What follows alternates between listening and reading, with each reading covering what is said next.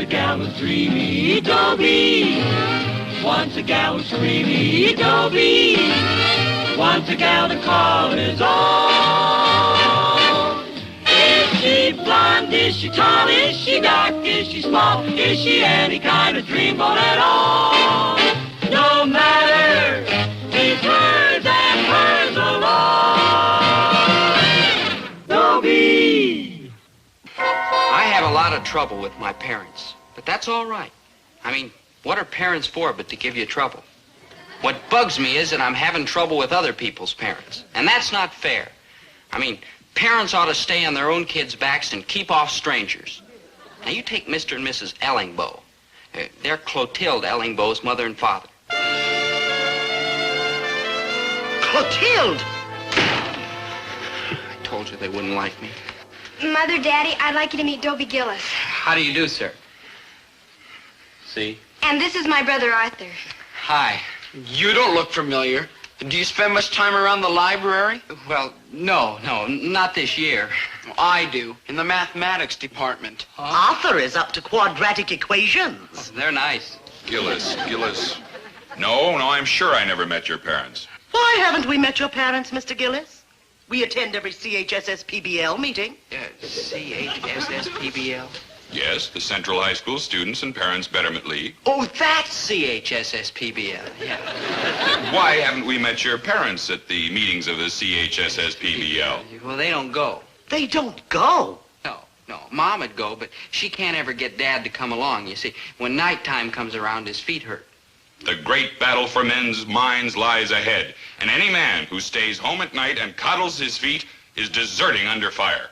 A young man raised without such standards, amid sloth and disinterest, is hardly the kind of boy we would find suitable for our daughter. Clotilde, it's time to do your homework. I already did mine. You would. Good day, Mr. Gillis. Goodbye, Mr. Gillis. See, what'd I tell you about me and parents? It's spooky. And I wouldn't exactly say you stuck up for me. Well, they're right, you know. You mean you feel the same way? Well, the CHSS PBL is important. Don't you think you could get your father to go? Ha! For me, Dobie. Dear Dobie. Clotilde, for you, I'd walk over a bed of coals 8 miles long. I'd throw myself in front of a streetcar. I'd go without food and water. But trying to talk my father into something, it can't be done. Dobie, that's ridiculous. You can do it. Make your father give you a promise that he'll go to next Wednesday night's meeting. He'll give it to you. Boy, will he give it to me. Oh, Maynard, I have to do a terrible thing to my father. Oh, don't do it, Dobe. I mean, he might be like stingy and rotten, but after all, he's your father, and he loves you in his own way. Anyhow, you get caught. Maynard. And besides, anytime something like this gets in the papers, my old man lowers the boom on me. Maynard, listen. Like last week, my old man was reading the paper about this kid that stole a car in Minneapolis. Maynard. Man, he got so shook up, he sent me to bed without any supper. I've never been in Minneapolis. No. In fact, I've never been in the state of Indiana. Maynard, concentrate. Now, I'm not going to kill my father. I'm just going to try and make him go to some meetings of that Students and Parents Betterment outfit. That's worse. Yeah. Your parents go to the meetings? Man, you're joshing. They hold them meetings in the school. So? So my father says he spends so much time in the principal's office during the day, he's like entitled to stay home at night. Well, Maynard, I better go see Dad. No use waiting anymore. Though, don't stand too close when you ask him. True.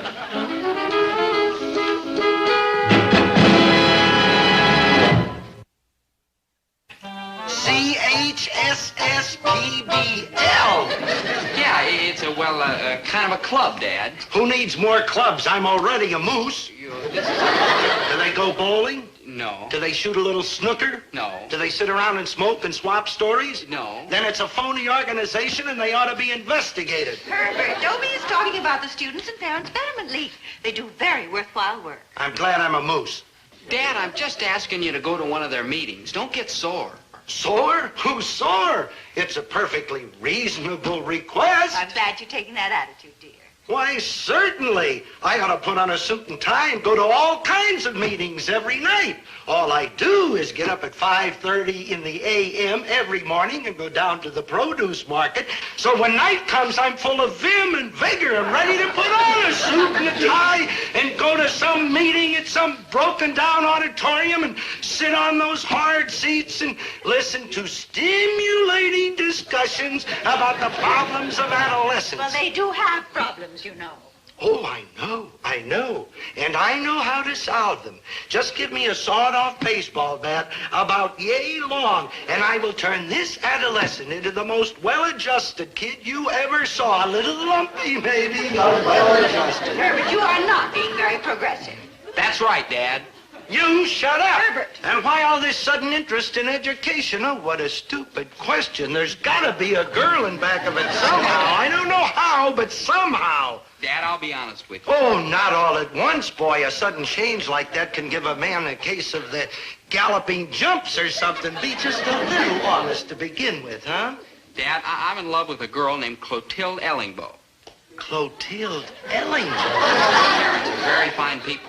Unlike your parents, who are axe murderers. Herbert, be quiet. I happen to know who the Ellingbos are. They're very active in all kinds of worthy causes. Well, he says that any father who doesn't take an interest in his child's education is no better than a slacker. Slacker? Listen, I enlisted and wound up a first sergeant with a good conduct medal. He was probably riding a disc in the Pentagon. Actually, Daddy was a PT boat commander. Oh, an officer, huh? It figures. Herbert, will you listen? For years I've been trying to tell you the same thing. Helping with Dobie's education is very important. And for years I have been trying to tell you the same thing. My feet hurt, my legs hurt, my back hurts, my arms hurt, my head hurts. No wonder your head hurts. Open it up. Let in a little fresh air. Fresh air in my head? New ideas, new thoughts, stimulation. That's what you need. What I need is to lie down. Nonsense. When's the next meeting, dear? Wednesday night. We'll be there. Thanks, Mom. And Dad, it won't be too bad, honest. You may think your soul's dead, but believe me, somewhere a tiny spark still burns. Now, listen. Keep that thought, Dad. I gotta kill my boy. I just can't.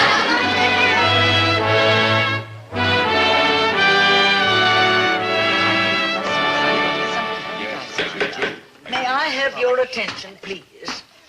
Well, as you know, we have postponed the meeting of our regular Student and Parent Betterment League so that we may devote our entire discussion to our annual musical review, which is quite widely known now as the CHSSPBL Capers. Well, Mrs. Kenny here has again agreed to give her delightful rendition of She Was Poor But She Was Honest, which we've all known and loved for the past 15 years. The old ones are the best, I always say. Thank you.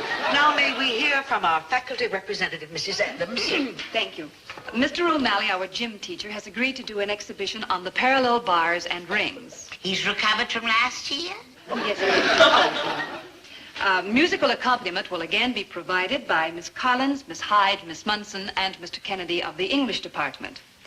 The sweet strings of Central High, as they like to call themselves. Yes, don't they? Mr. Schwartz of manual training is going to do some glass blowing, and Mr. Milfloss of biology will do bird calls of North America. Well, thank you, Mrs. Adams, for functioning with your usual dispatch and efficiency. Well, I think we may safely say we're all set. Well, not quite, Mrs. Armitage. Why, with all this abundance of talent? Oh, yes, talent is not our problem. Labor is. We need someone to pull the curtains, shift scenery, handle the lights, take care of all the physical detail backstage. Oh, where would we ever find such a man? Sometimes, Mrs. Armitage, our prayers are answered very quickly. Goodness, maybe we got the wrong night. No, this is Wednesday night. I know, because we are missing the millionaire. Oh, dear Mr. Gillis, oh, do come up. Where's this Betterment League clam bake going We on? canceled tonight's meeting of the Student Parent Betterment League. Swell. Instead, we're having a special little meeting. Yes, you might call it a rump session. Good evening, Mrs. How do you Gillis. do, Mrs. Armitage? Howdy doody, Mr. Gillis. I see you will know everyone except the Ellingbos, Mr. and Mrs. Gillis. How do you do? How No, do you the do? PT boat commander. No, you've heard. I heard. You must be Dobie's parents. How nice to see you at the CHSSPBL. Please sit down, won't you? It's so fortunate that you dropped by this evening. We were just discussing the capers. What capers? Oh, it's our annual musical review. Amateur theatricals? And oh, how nice. And it's for such a worthy cause. After the show, we take up a collection for the teenage canteen. I don't want to brag, but I still have quite a sweet little voice. It's not very large, of course, but it's clear and true. Maybe you could use me in your capers? Well, now, I don't know. Of course we could use you, Mrs. Gillis. And Mr. Gillis, too. Me? Oh, I'm sure you'd be a great asset to the show. It's such a worthy cause, the teenage canteen. Well, as a matter of fact, I used to do a little hoofing when I was a kid. You see, I won this course in tap dancing at a raffle one time. As a matter of fact, Mr. Gillis, we have all the talent that we can use, especially since we've added Mrs. Gillis to the cast. I know just what I'm going to do. A lovely old song about a shepherdess and two little lambs. Mr. O'Malley is going to give an exhibition on the parallel bars, and Mr. Swartz is going to do some glass blowing. Well, as you said, you are really loaded with talent. What do you want from me? To assist me. I'm the stage manager, you see, and you will assist me. You know, the little things that one does backstage. Like pulling up curtains, shifting scenery, tending the lights, pushing a broom, little things like that. Uh-huh. We can depend on you. Of course you can. Oh, I gotta get...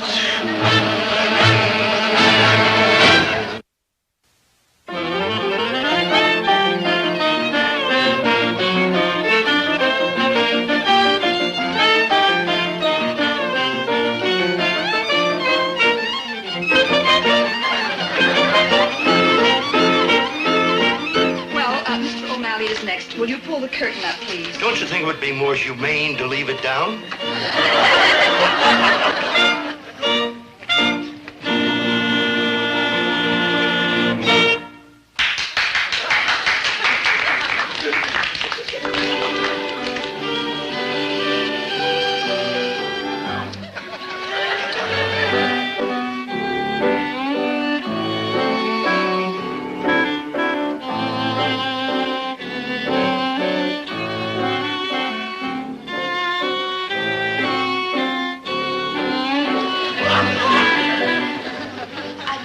So many are walking out. Basic law of human nature, self-preservation. We have some very nice acts. Acts? What acts? A couple of fat dames out there playing chopsticks on a pile of masons, drawing some bald-headed galoot with glasses, gargling the mating call of the tuft-headed ibis. Those weren't acts, those were major disasters. We're not professional entertainers, we're only amateurs. Oh, you can say that again and Mr. again. O'Malley's finished his act. And that took nerve. Mr. and Mrs. Ellingboe, you're on. And Arthur.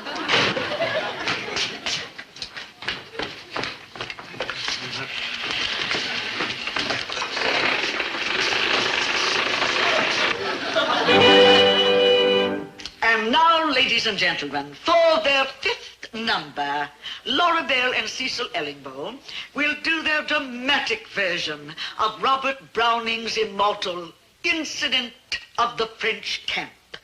They will be assisted by Master Arthur Ellingboe. You know, we French stormed Ratisbon. A mile or so away on a little mound, Napoleon stood on our storming day. With neck thrust out, you fancy how, legs wide, arms locked behind, as if to balance the prone brow, oppressive with its mind. Just as perhaps he mused, My plans that soar to earth may fall. Waver at yonder wall. out twixt the battery's smoke there flew a rider, bound on bound.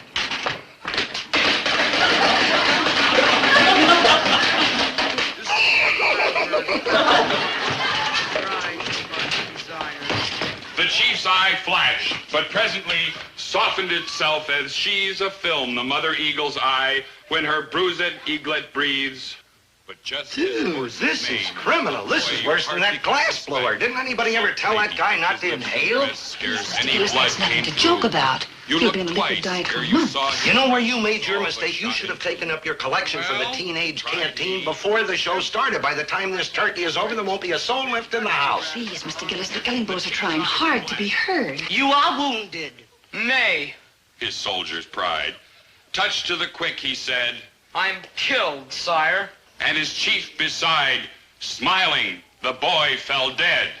Go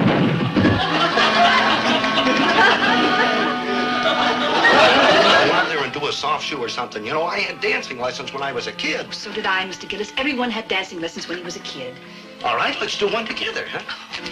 Please, Mr. Gillis, our job is back here working. That's easy. The hard part is out there watching.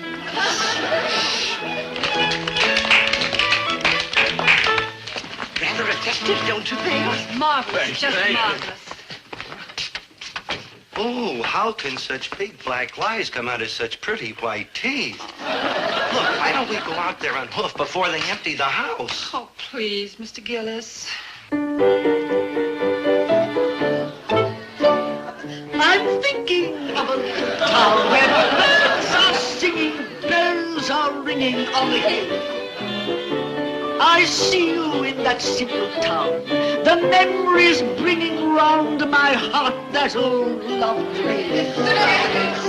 I close my eyes and wander, in dreams I go back yonder. It seems I'm with you still by the mill, where they made sweet cider, I made sweet love to you. Millwheel was turning as I sat there yearning for one kiss, the sweetest I knew. On the hill, from the old town chapel, those evening bells would chime. That golden November sweet cider time when you were mine. Oh, no. Come on, lady, dance with me, please. No, be quiet. For the teenage canteen, for the sake of sweet charity, before they tear this place down as a menace to public health. Come on, dance with me. Now, there's still some people out there. On the hill, from the old town chapel, those evening bells would chime. I always remember that golden November, sweet cider time when you were mine. Sweet cider time when you were mine.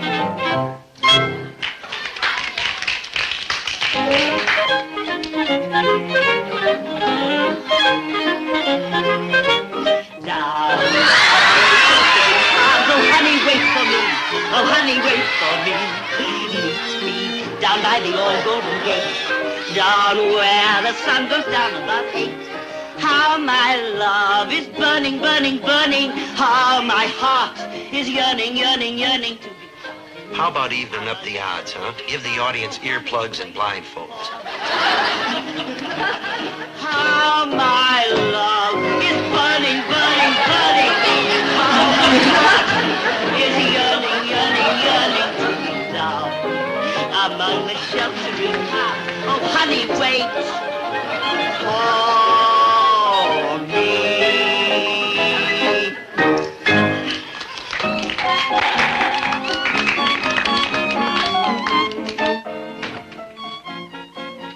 Well, doesn't she look pretty, Mr. Do you mind if I use 2 little lambs in this number? It will give it a touch of realism. Real land? You'll see. Well, you're on next, Mrs. Gillis. Tally-ho! That's showbiz.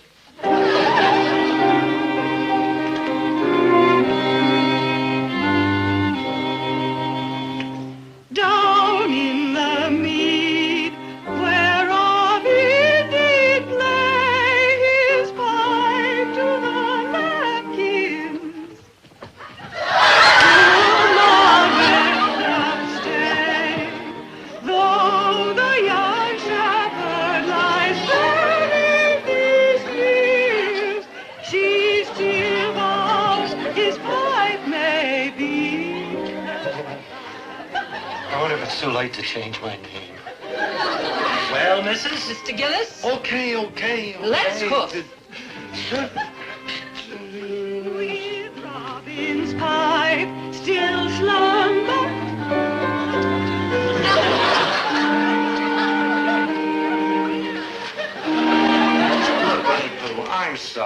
Don't apologize, dear. I was gassed. Oh, I wouldn't say that. I would. Well, you ready? Oh, well, what about costumes? We can't dance in these clothes. Mrs. Adams, for the Lincoln-Douglas debate, will these costumes do? The costumes will do very nicely.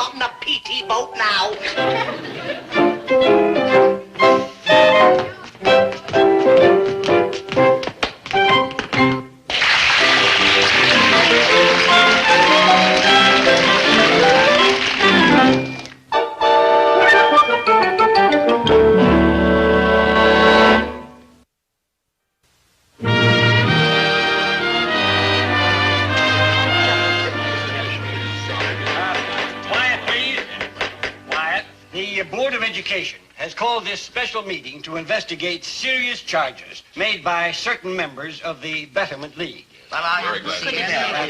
Quiet, please. One at a time, please.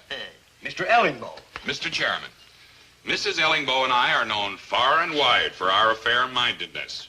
There are some things that simply aren't done. A teacher entrusted with the minds and hearts of our young people, showing off her legs in public. Disgraceful. And tying us up. Lovely.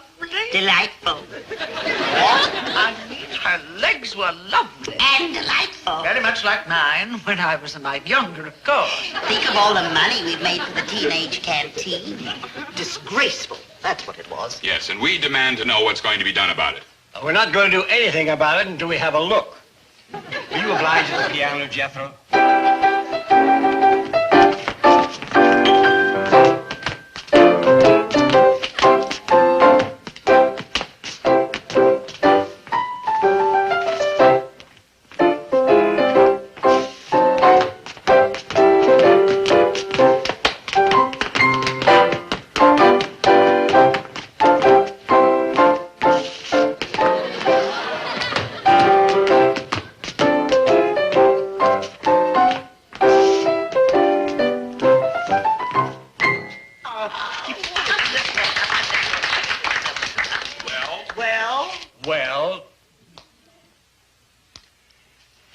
No jada jada jing jing jing.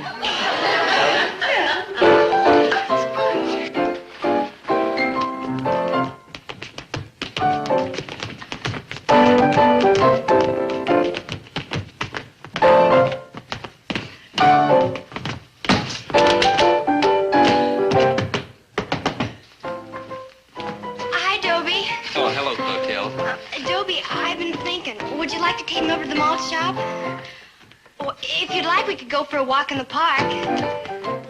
How about to a movie? To a drive-in? In my car? I'll pay. Dobie, you haven't even heard a word I've said. Sure I did, Clotilde. Say, he's pretty good, isn't he? I mean, considering his age and the condition of his feet. Yes, sir. I'm real proud of Dad.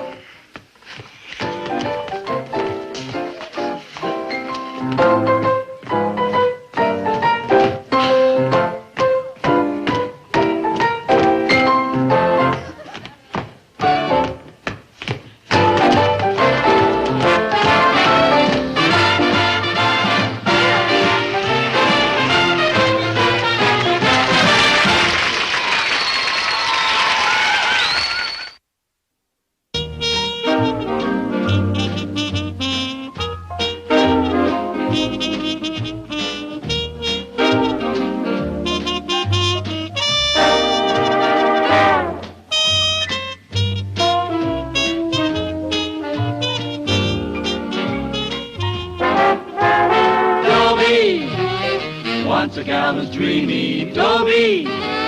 Once a gal was creamy, Dobie. Once a gal to call his own. Is she blonde? Is she tall? Is she dark? Is she small? Is she any kind of dreamboat at all? No matter, she's hers and hers alone. 'Cause Dobie has to have a girl to call his own. Once a gal was dreamy, Dobie. Once a gal was creamy, Dobie. Once a gal to call his own. Is she blonde? Is she tall? Is she dark? Is she small? Is she any kind of dreamboat at all? No matter, she's hers and hers alone. Dobie. I'm scared. I better do something quick or I'm in big trouble. What am I scared about? I can give you the answer in 2 simple words. Melissa Frome. Ah, soft, pink, creamy, beautiful Melissa. She's a girl. What a girl. She's crazy about me.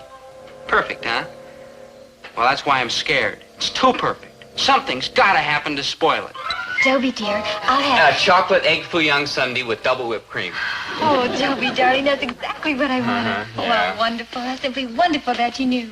You know, it's almost like magic. Yeah. What magic? Every time you two come in here, she orders a chocolate egg foo young sundae with double whipped cream. Big deal. What do you want? Mrs. Tarantino, I'll just Have a glass of water, please. Yeah, I could have figured that out. Empty Walletsville. Yeah. And we got no magic bond between us. No. Tarantino was certainly impolite. I think you ought to report her to the manager. Oh, I couldn't do that. Well, then I will. No, Melissa. No, try to see it her way. She works so hard all day long, and how much can she make in here? In our circle of dimes known as a lavish tip. Oh, I never thought of that. And what's her home life like? I mean, if Mrs. Tarantino has to work in here, it means Mr. Tarantino needs her help. She's probably sick. Who knows? Probably lying there in bed staring at the ceiling encased in a plaster cast. Oh, the poor man. The poor woman. Running around in here all day, her back and her head and her feet must be... Oh, bless you, Sonny. That's the first kind word I've heard since I come to work here. Huh? You know, if I've been yapping at you, it ain't me, kid. It's my feet. They're doing the screaming. Oh, well, tell him I understand. Yeah, I understand. That's the first good laugh I've had all week. Yeah. You're okay, kid. Yeah. Hold on to him, girlie. Good men these days are hard to find.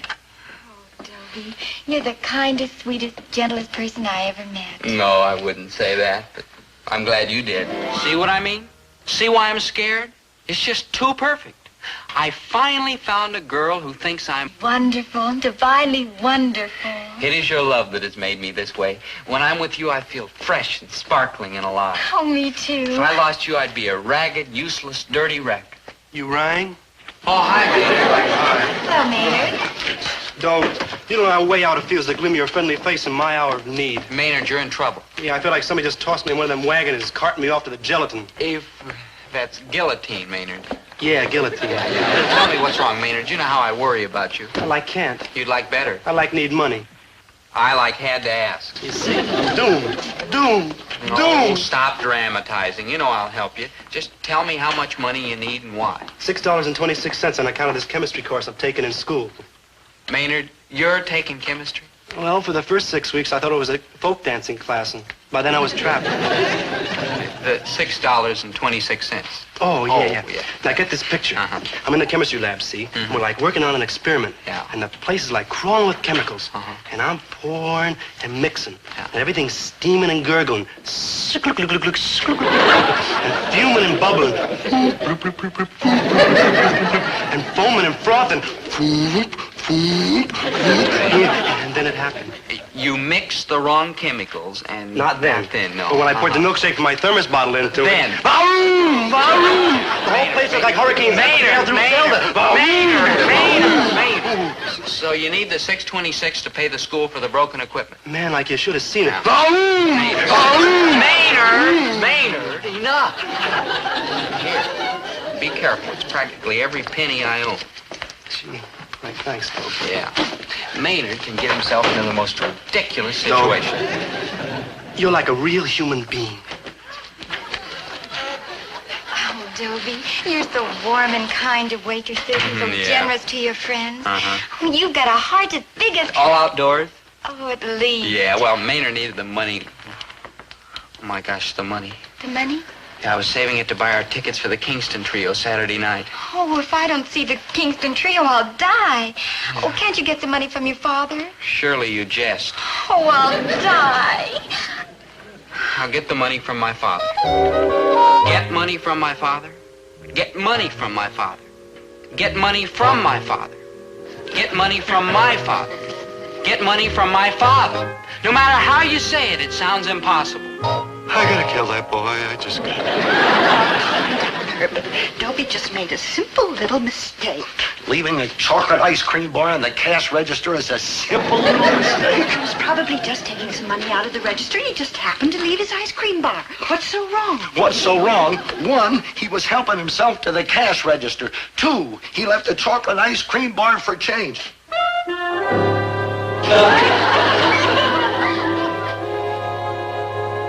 3, you don't think there's anything wrong. That's what's so wrong.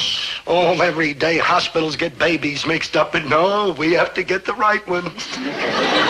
Oh, it's too late to worry about that now. For 3 months, I've been waiting for the bank to send a man out here to check the store. For 3 months, every day, I've cleaned and I've dusted and I scrubbed so that when he got here, the store would look like we'd be a good risk for a loan. Finally, the big day arrives. At last, I'm going to get to borrow $300 so I can make a down payment on a good used truck. The man from the bank walks in. Does he see a clean store? Does he see a dusted store? Does he see a scrub store? No, the first thing he sees is Herbert T. Gillis, proprietor, emptying out a cash drawer full of ice cream chocolate-coated nickels.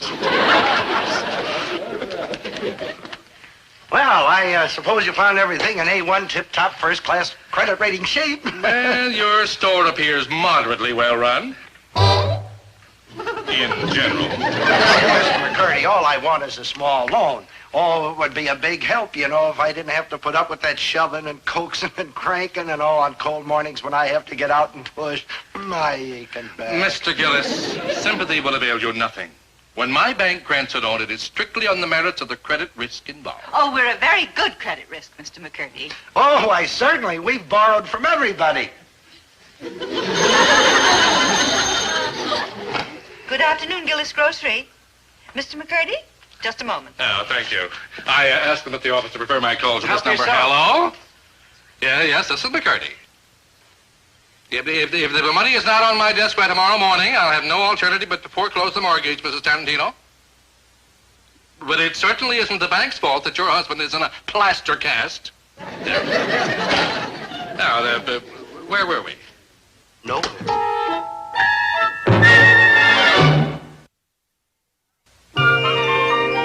Hi, Dad. Mom. Son, why don't you go out in the park and play a little football? Football season's over, Dad. And how about a few innings of baseball? Oh, baseball season hasn't started. Chase the barrel, then. Now let me find an answer to that one. You're acting funny, Dad. Aren't you feeling well? Not lately. Mr. McCurdy, this is our son, Dobie. Hello, Mr. McCurdy. Dobie, dear, Hello, why young don't you man. go upstairs and get yourself something to eat out of the icebox? Oh, thanks, Mom, but there's plenty down here. This sort of fouls up the store's bookkeeping, but business has been so bad lately, it doesn't make much difference. Dobie, dear, I have a idea. Why don't you and I go for a walk around the block? You need the exercise. Oh, no, Mom, I Well, don't then need I need the exercise. Goodbye, Mr. McCurdy. Goodbye, Herbert.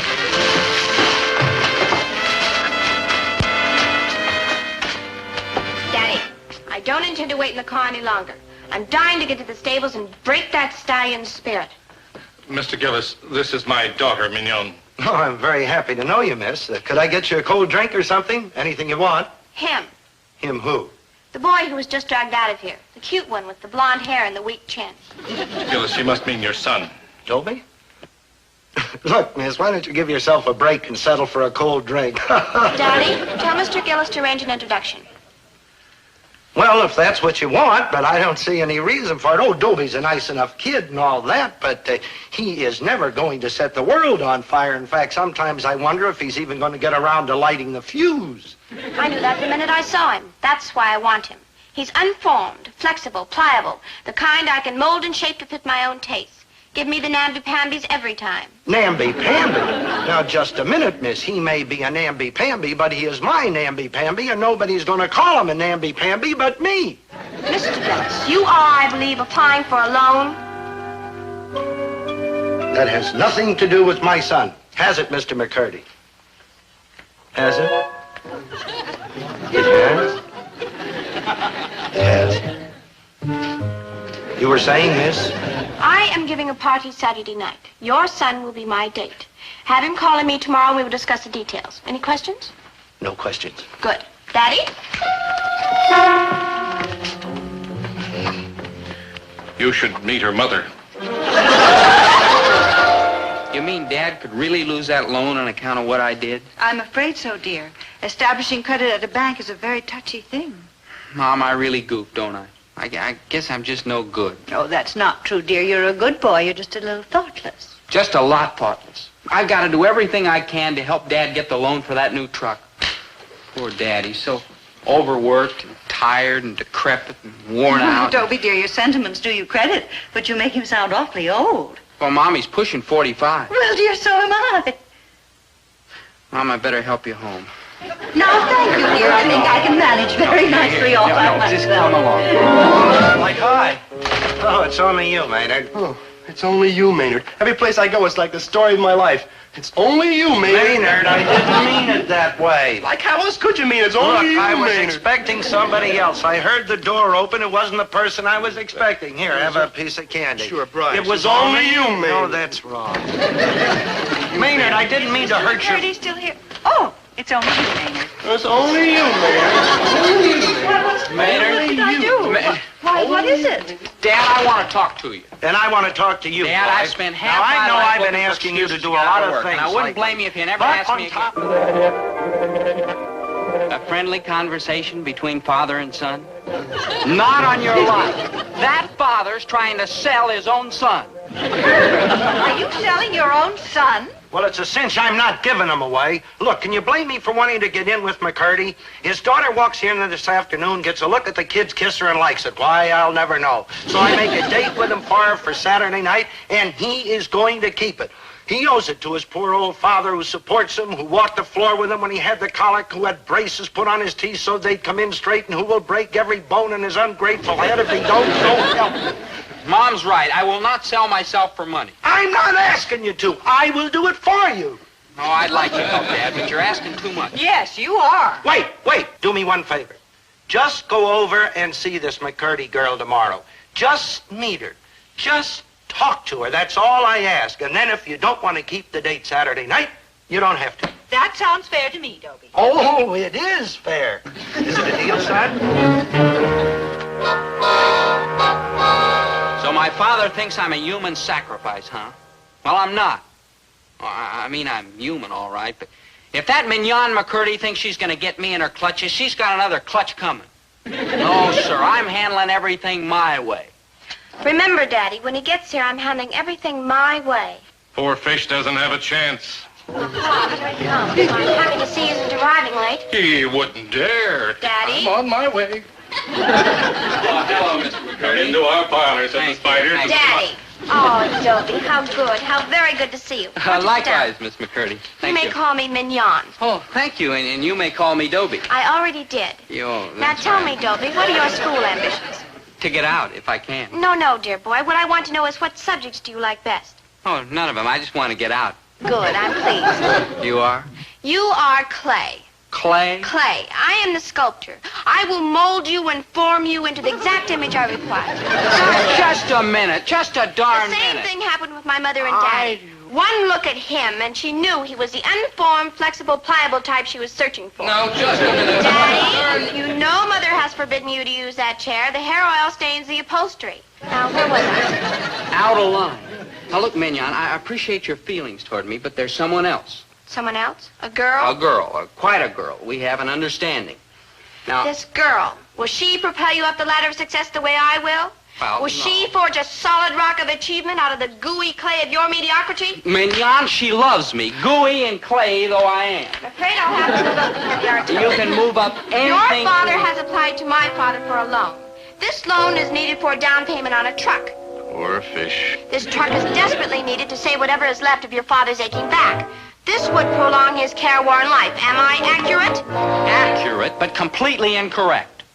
A bank loan happens to be a strictly business proposition between A, the party of the first part, namely the bank, and B, the party of the second part, namely Herbert T. Gillis, my father.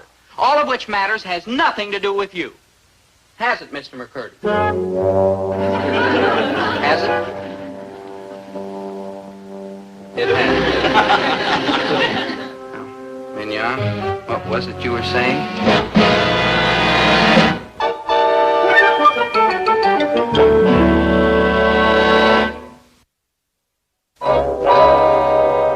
Here I am, caught on the horns of a dilemma.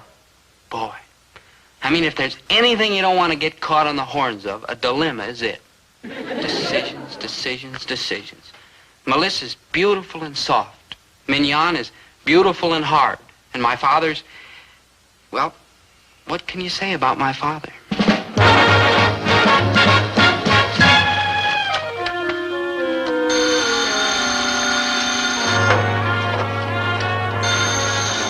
Stop bringing your fool head off or I'll notch your cord. Gillis Groceries. Oh, hello, Ed. No, I was just closing up. Yeah, I gotta stay open late these days to make a buck. Oh, the competition is murdering me. Gotta put in the extra hours if I'm even gonna break even. No, Ed, I haven't been getting down to Legion Hall lately. It's these hours. After all, I'm up in the morning. I gotta be down to the produce market by 5 a.m., pushing that truck of mine half the way. And on cold mornings when I have to crank that thing, it's sure rough on the lumbago. Then in the store all day, on my feet, which are killing me. Then after I close up, I gotta work on the books. Yeah, Ed, well, say hello to Shardy and all the gang down at the Legion. Thanks for calling. So long, Ed.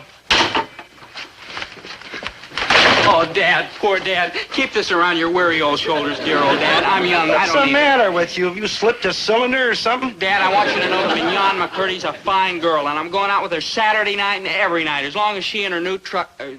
father will have it. Oh, my son. Dad, here, keep warm, Dad. Yeah. I figure that in time I can get used to Mignon. I mean, I can grow kind of a shell, like an armadillo, or like her father. But Melissa, how am I going to tell her that we're through? Sweet, sensitive Melissa. I'll try to break it to her gently. Yes, Dobie? Yes, my soulmate? I can't do it. Chocolate egg foo young sundae with double whipped cream. Oh, Dobie, darling, that's just what I wanted. Oh, you're so gentle and so sweet and so understanding. So yellow. Well, what could I do? How else can you treat a girl who looks on you as some sort of Eagle Scout with 135 merit badges? Nope, I'm not going to do it. I'd rather do anything rather than hurt that sweet, sensitive Melissa.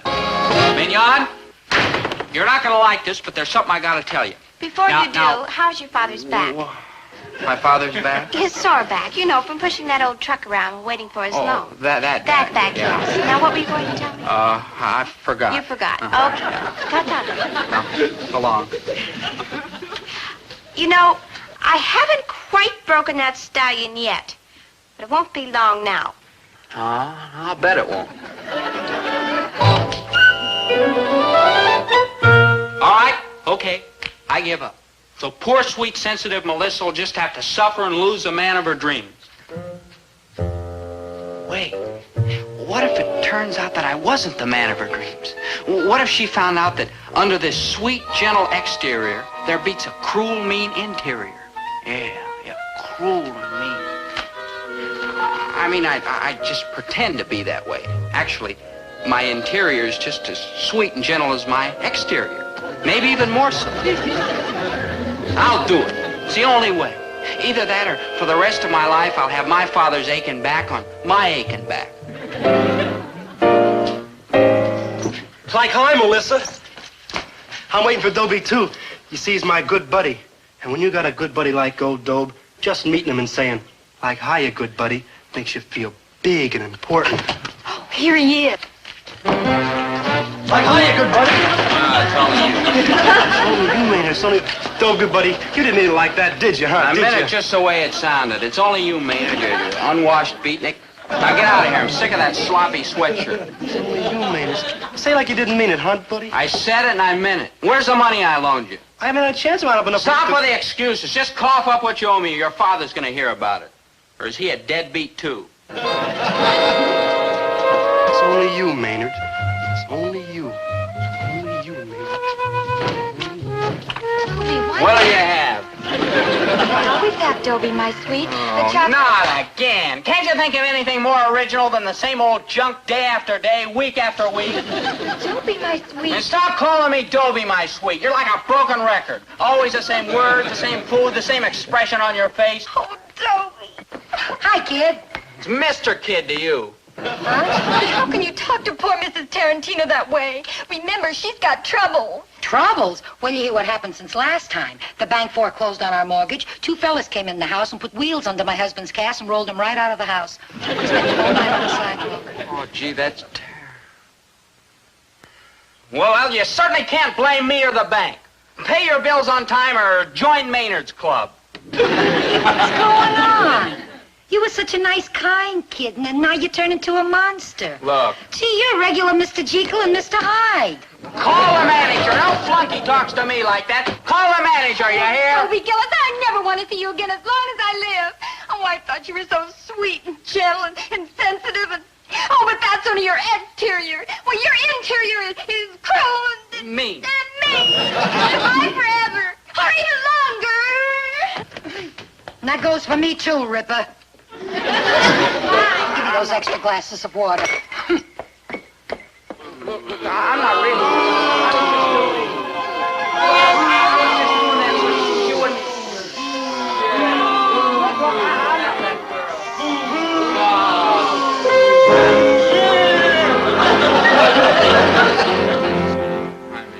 Hello, Dobie. I heard about what happened down at the malt shop. You were wonderful. Everyone says you were hateful. Beautifully, magnificently, delightfully hateful. Wait a minute, I didn't want to hurt those people. I only did it so Melissa wouldn't like me anymore. But Maynard's my friend, and Melissa's a sweet, sensitive, artistic girl, and Mrs. Tarantino's a nice lady who has to work hard for a living. Her husband's in a cast on wheels on the sidewalk somewhere. Dobie, good guys finish last. You've got to be hard and tough. Grab what you want. Oh, I can see you now. Stampeding stockholders, closing down on mortgages. Oh, but Dobie, you'll be the man I've always wanted. I'll tell Daddy to put through your father's loan at once. No. What do you mean, no? Negative, no. What about that old beat-up truck and your poor father's lumbago? You keep your hands off my poor father's lumbago. Dobie, man, did you stop talking back to me that way? No.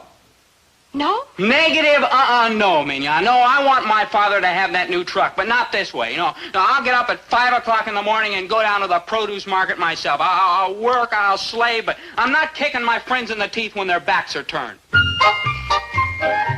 careful, or you won't even get second portions at the poorhouse.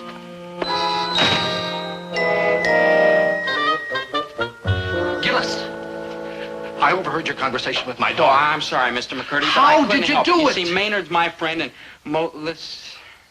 how'd I do it? Yes, how did you talk back to her like that? I've been wanting to do that to her mother for years, but tell me, my boy, tell me.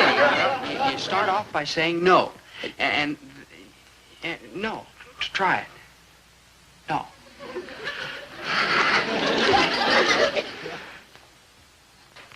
I'm thinking it, but it's been so long I can't get it past my lips. Yeah, well, what would you say if I asked for a loan? No! Look at it works that way. Yeah, be firmer now. No! No, negative. Yeah, negative, Now, No. try it again with more pain.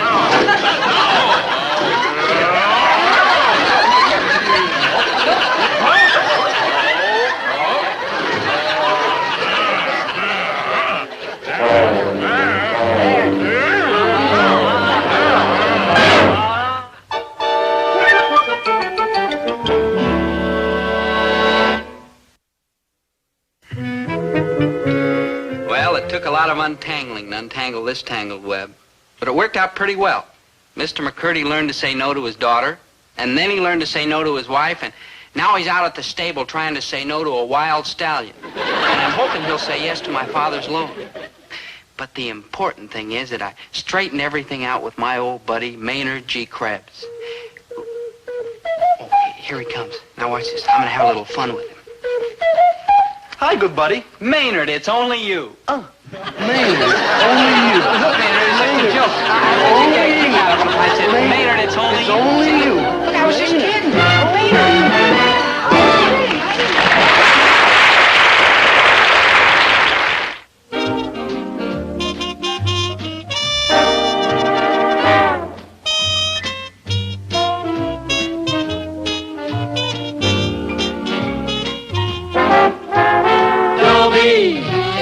Once a gal was dreamy, Dobie. Once a gal was creamy, Dobie. Once a gal to call his own. Is she blonde? Is she tall? Is she dark? Is she small? Is she any kind of dream or at all? No matter, she's hers and hers alone. 'Cause Dobie has to have a girl to call his own. Once a gal was dreamy, Dobie. Once a gal was creamy, Dobie. Once a gal to call his own. Is she blonde? Is she tall? Is she dark? Is she small? Is she any kind of dreamboat at all? No matter, she's hers and hers alone. Dobie. Look at me. 17 and a half years old, and my parents think I'm still an infant. Boy, wouldn't that bug you? I mean, here I am, treated like a baby when I've been shaving for a year already. Sometimes I even use a blade and a razor. The awful thing is, it's only human beings who refuse to admit it when their children grow up. Take any other animal. Take kangaroo parents. When their little beast can take care of himself, away he hops. But people parents, ha! They hang on to their little beast till they're past 20, clear into middle age. It's contrary to nature. I mean, you show me one kangaroo who's 17 and a half and still hacking around the pouch. So where are you going to get another pouch with 6 meals a day and a loaded refrigerator built in? I was only using the kangaroo as a figure of speech. Gee, Dad, you just don't understand. That's one of the few pleasures remaining to me at my age in life. Now pipe down, will you? Let me find out what's going on in the world. That Dick Tracy. On Sunday, when he's in color, he always wears a green hat and a yellow overcoat. All I'm trying to say is that coming home last night at 11:45, when I was supposed to be home at 10:30, is not the greatest crime since the St. Valentine's Day Massacre. Say, give me some more of that, will you, Winnie? You know, you scramble a mean egg. 15 minutes late and you lock all the doors. And bolt all the windows. You know, I almost got arrested trying to break into my own house. It was very embarrassing. Poor boy. Why not go whole hog and issue me a striped suit and a tin cup to bang on the bars with? There's no freedom in this house. I'm treated like a child. Hey, you know that Daddy Warbucks? He had a haircut like that years before Yul Brynner. I must be given more independence. The little bird learns to test its wings by being pushed from the nest. I ask for the same right. If nobody pushes you, promise me one thing. You'll jump? Herbert, that's no way to talk to Dobie. You know how sensitive he is. There, darling. Everything will be all right. Stop that, Mom. Don't you see? You're treating me like a child, too. I don't want you to take care of things for me. I don't want you to protect me. One more interruption, and you will need all the protection you can get. I will reject it. I prefer to stand on my own 2 feet. Well, while you are on your own 2 feet, how about putting a broom in your own 2 hands and doing a little work around here, just as a change of pace, huh? No, what's the use? In China, they used to tie ropes around the little girl's feet so the feet wouldn't grow. You're doing the same thing to my mind, keeping it small, undeveloped, and puny. So that's what happened to it, huh? Herbert, it is your duty as a father to listen to the boy. Why? I listened to him last year. All right, go ahead. I'm listening. Thank you. I am not being allowed to grow up. Big deal. Herbert, Dobie is right. Parents are always trying to treat their children like infants because they themselves are trying to hang on to their own youth. Hogwash. It is not. It is a proven scientific fact. Proven by scientific scientists. I'll bet you got that out of one of them lame-brained women's magazines. They are excellent magazines. To wrap fish heads in. Listen, I need to test my wits and strength against the slings and arrows of the world in which I live. Hogwash. Pure, grade A, hogwash. Herbert, now go on, dear. Tell us, how can we help you solve your problem? It's simple. Just let me move away from home. Herbert, are you going to sit there and listen to that pure grade A hogwash? Now, hold on. But, Dobie, darling, you're only a baby. I'm 17 and a half. Well, an old baby, and they're the worst kind. Mother, you're choking me with a silver cord. Yeah, why don't you try whopping them with one of them scientific magazine articles? Well, that article was about other people's children. Look, there's no sense in getting your hackles up. The boy is not moving out. Now get that Lower straight. your voice. The magazines say that it is dangerous to speak harshly to children. You want him to stay, don't you? Of course, don't you? Well, right now it's 6 to 5, and take your pick. What? Yes, I want him to stay.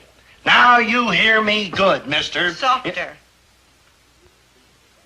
Little bird, you're not going to fly away from the nest. And do you want to know why? I demand to know why. Because you would starve to death before you got your tail feathers warmed up. That's why. I would not. Why, you'd be crawling back here in a week, unwashed, unshaved, a physical wreck. You rang? Good morning, Mrs. Gillis. Mr. Gillis, how's every little old thing, friends? Maynard, would you mind coming back a little later? We are in the middle of a little family discussion. Yeah, at my house, too. Don't be like leave room and they like start slugging it out. Hey, Big Daddy, ain't you going to school today? Oh, I almost forgot. Yeah, I like to forget almost every day. Dad, you're not being fair if you say I couldn't make good away from home. I mean, getting used to a new environment would be no problem to a basically self-sufficient person like me. I mean, it isn't as if I was a helpless type who couldn't do things for himself. Let's face it, anybody can be waited on, but it takes a real man to be honestly self-reliant. Apples? Better for your sister, me. Oh, I promise you, Dad, you wouldn't have a thing to worry about if I went out on my own. I'd handle my life calmly, thoughtfully, capably. Give me a chance, huh, Dad? Let me prove that I can make good without anybody's help. I was wrong. You would not come crawling back in a week. Naturally. If you lasted over 20 minutes, they'd have to drag you back with a St. Bernard dog. Oh, I know what it is. You're scared to let me go. You're scared I'll prove you're wrong about me. That does it. I'm scared, huh? Now, Herbert, calm down. Me? Sweetheart, please relax. I'm Please. scared. Hey, Dobie don't look like Duck Heap Jones scared, but I think he's like mad. Why don't you boys just run off to school and forget about the whole thing? Forget about the whole thing. Forget about it, and every time I make a move, Crusader Rabbit here will be hollering that I'm stymieing Puny in his mind. Why, no, Dobie wouldn't do a thing like that, would you, dear? Well, Goodbye, boys. Goodbye. Hold it. Listen, if I let you move out of the house, will you promise me that if you fall flat on your kisser, you'll never say anything about it again? I swear to it in blood. I take a solemn Never oath. mind that. Just a simple yes or no will be sufficient. A simple yes. Herbert, are you out of your mind sending this inexperienced child out into the hard, cold world? I think it's the hard, cold world we ought to worry about. It's heartless. Listen, I know what I'm doing. Let him get it out of his system. Why, when I was a kid, one time I decided I wanted to go to sea. So I kept nudging my dad, let me go to sea, let me go to sea. So finally he took me down to a friend of his who worked on the Staten Island ferry, and they started me riding that crummy boat. Back and forth all day long. And the next day, I must have crossed that harbor 600 times. And it cured you? Well, let's put it this way. I never bugged my old man about going to sea again, and to this day I get a funny feeling in my stomach if I get a good sniff of a bundle of wet wash. Well, if it would really cure him. Believe me, Winnie, it'll do the trick. You really think so? On my word, as a gentleman and a grocer, it's the only way. My little man. You mean I can go? You're a good man, Mr. Gillis. You too, Mrs. Gillis. My little boy. Mom. Son, be careful. I'm like all misty.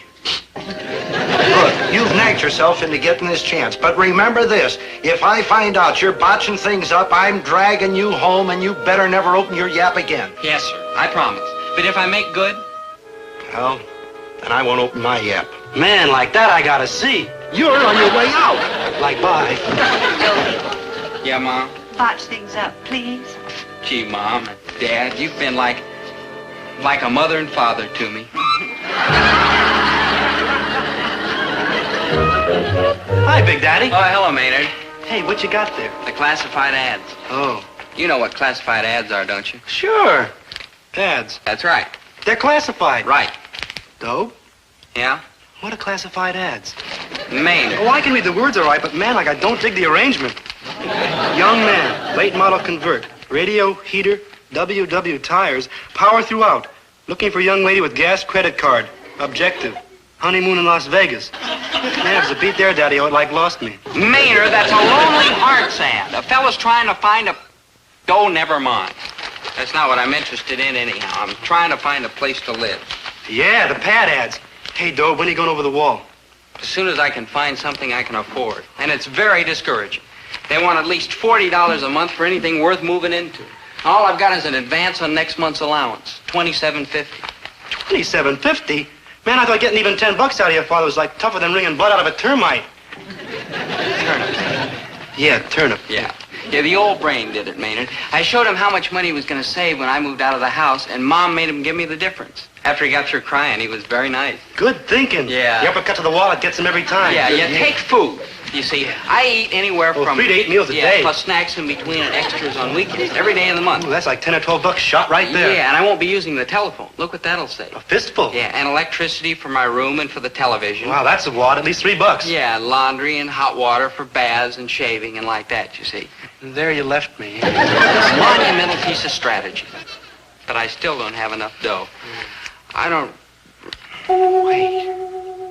Maynard, have you still got those hubcaps, you know, the ones you bought with the money your grandmother sent you for Christmas? Sure, I'm holding them to like buy a car that matches. Maynard, how would you like to sell those hubcaps and win a free soaring independent soul? Oh, crazy. Where do I go to get one? No. How would you like to be my roommate? Roommate? We'll have a ball. Nobody to tell us when to go to bed, when to get up. Real progressive. Yeah, no orders, no childish regulations, no harping parents. I'm getting the message. Yeah, with the money you'll get for the hubcaps, plus my money, we can rent ourselves a real high-class bachelor apartment and have plenty left over to live on. Pie in the skies, Yeah, we'll be men, not boys. People, not puppets. Well, what do you say, Maynard? Roommate. Roommate. Yeah, man. What a time we'll have. No word. Hold it. You sure you can do it? Huh? I mean, maybe your father won't let you move away from home. You saw the hassle I had with mine. Oh, he'll let me go. How do you know? Well, I told him you was going to do it. So? So, like, who do you think sent me over here to find you? Oh. He even, like, slipped me $10 to, like, push things along. Oh. Roommate! Come on.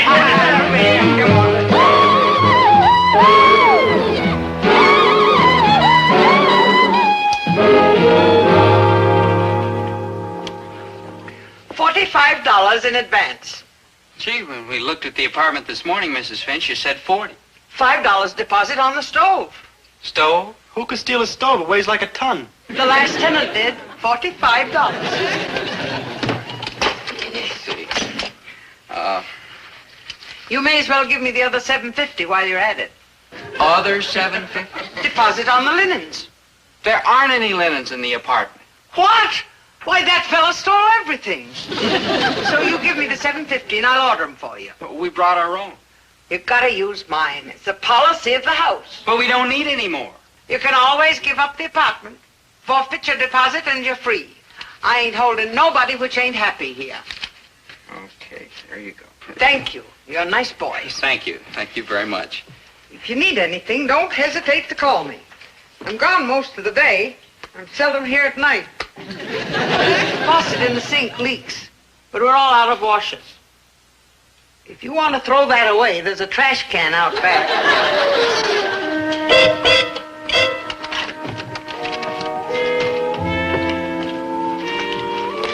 Well, here we are. Yeah, sure. Nice place. Very homey. Yeah, homey. Yeah. Maynard, I'll take that closet. Ooh, I'll take that big closet there and hang up my shirts and slacks. Maynard, that's not a closet. It's a Murphy bed. Yeah? Yeah, push on it.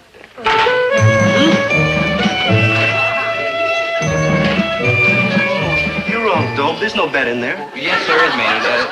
Look again. If you say so. Yeah. Oh, I hate to argue with you, Dope, but there ain't no bed in there. It's just a big empty closet. Yeah. Well... Hey, maybe the last guy have something in the refrigerator, huh? Oh, yeah, take a look. Find anything? Ice? That was nice. Ooh. Hey, 10 ways to control fungus in the California redwood. Ooh. Hey, Dope. Somebody left a souvenir of the Garvey Hotel. Commercial rates. Sylmar, Utah. Hey, Dobe. Yeah? I kind of feel like sick. Now, Maynard, snap out of it. We're here to have fun, to live it up. Can't take time out to be sick. Yeah. Yeah.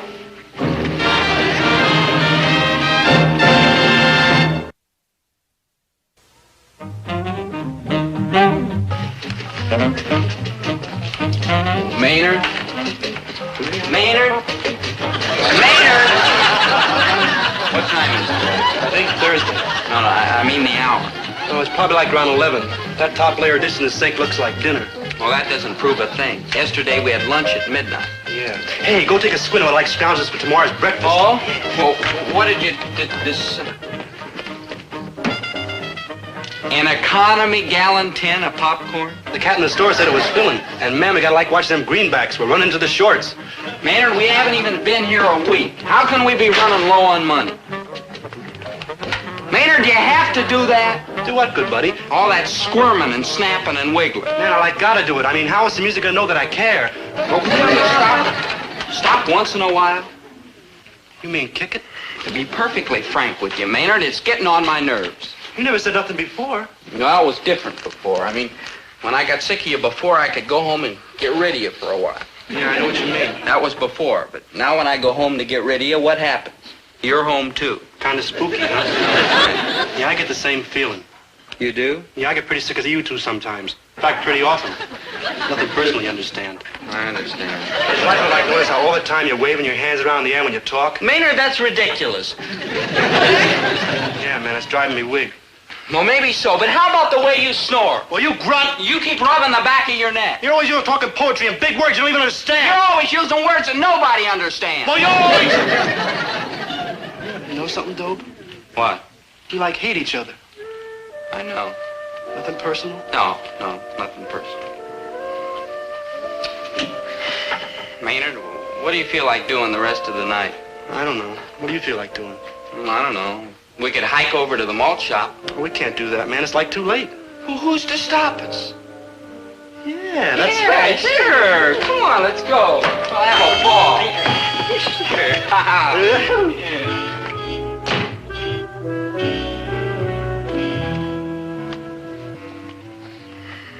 No, it's no fun unless somebody tries to stop us. I know. Maynard, I wish I was home. Who doesn't? Well, we're not going to give up. We're holding out till the bitter end. We are? We are. Yeah.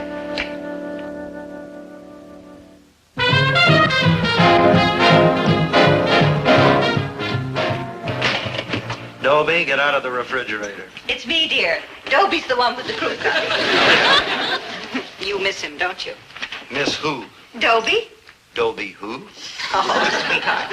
Many's the time I watched you walk the floor with him when he was a baby and had the colic. You can't fool me. You miss him terribly. What, miss him? I'm just fed up with him, that's all. But why, dear? You gave him permission to move out. Yeah, look how he's abusing that permission. He doesn't call, he doesn't write. We don't know whether he's dead or alive. Why, his own mother could be on her deathbed, dying, calling for him. Well, ain't it the truth?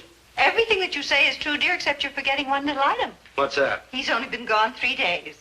Well, it's the principle of the thing. After all, we brought him into the world. He owes us something. Herbert. Well, he could at least call. Herbert? A little simple courtesy is all I ask. Herbert. What? Admit it. You miss him. I miss him. Well, if it's any comfort to you, darling, I can assure you that he's all right. Oh, did you see him? No, but I went over there yesterday and I talked to his landlady. Well, what'd she say? What'd she say? Well, they're fine. They're a little ill-housed, ill-clothed, and ill-fed, but they're fine. Well, that's a relief. The landlady wasn't there when I was over there. Why, you sweet. The only way I could check on them was by inspecting their rubbish. Herbert, you didn't. Oh, you can learn a lot about people from inspecting their rubbish. Did you know that it is possible for 2 male human beings to live on ice cream, lemon meringue pie, chocolate syrup, and popcorn? There wasn't a single soap wrapper in the entire trash can. We know that they're alive, eating, and unwashed. Yeah, but for how long? You know, I ought to go over there and drag those 2 idiots back. No, Herbert, you can't humiliate Dobie by making him come home before he's had a chance to really prove himself. Well, it's a matter of humiliation or malnutrition. Oh, I'll give them a couple more days, and then they'll come crawling back here. But Dobie has a right to make his own mistakes. Yeah, but he makes such big ones. Oh, I gotta kill that poor boy.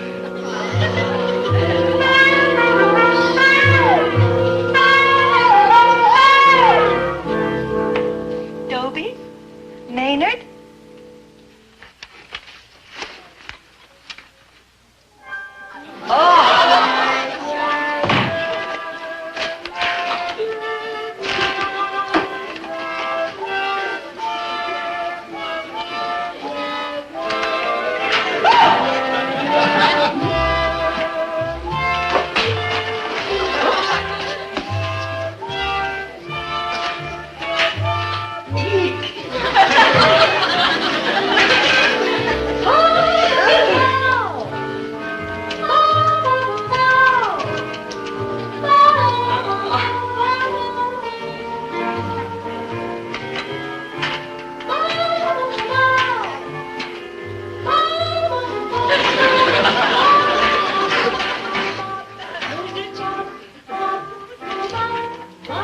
Ways to control fungus in the California redwood? Well.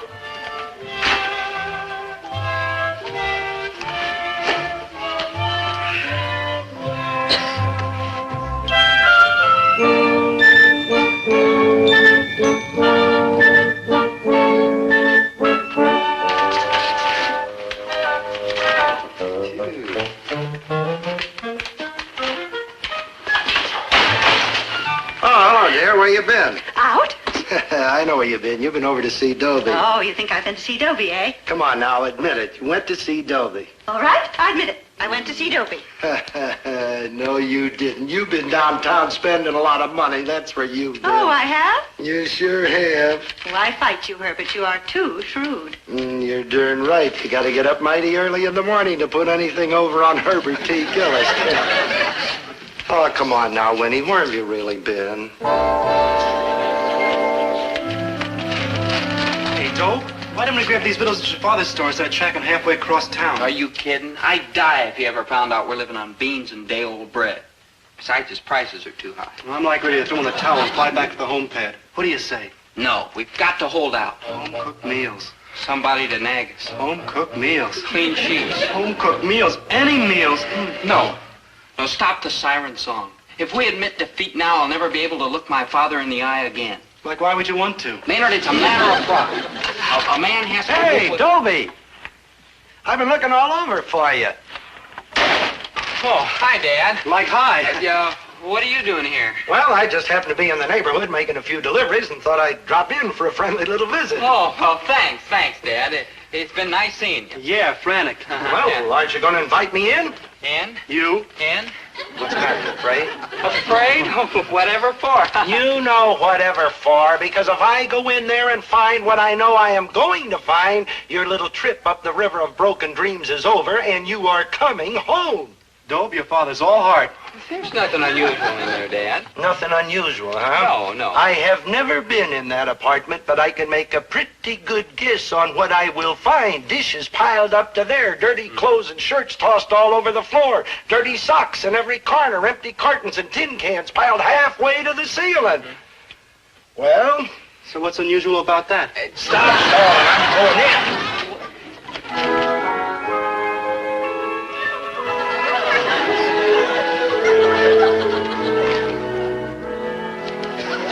Amazing. It's amazing. Yeah. Like what? Shirts, clothes, clean, neat, hanging up. Naturally. What do you think, we're like sloppy or something? We throw all the dirty stuff in the laundry bag. Yeah, but who cleans it? It's like home. You throw it in dirty, it comes out clean. Yeah. It's full of food. It is? Oh, it is. Yeah. Sure, it's an icebox without food. Yeah. Son? Now, Dad, look. I owe you an apology. What? You said you'd make good on your own, and you did. Oh, Dad, it was nothing. You've proven your point. You're a man. You come home now, and we'll treat you like one. Well, Son, your mother misses you. I don't know. We're getting kind of used to it here. You can have all the freedom you want. I don't know, Dad. Here I'm my own boss. You can be your own boss at home. Honest, I give you my word. Well. Look, you're an adult now. Come on home, and we'll treat you like an adult. I promise you. Well, okay, I guess so. Yeah, I'm getting like all misty again.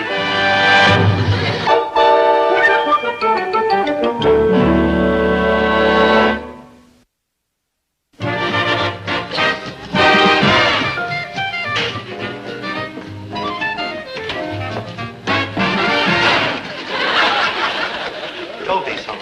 You know you're glad. And the best part is he came home a hero. No humiliation, no disgrace. Due to his solid upbringing. And his fine character. And his initiative. And his hard work. And his mother. You left your glasses on top of 10 ways to control fungus in the California redwoods.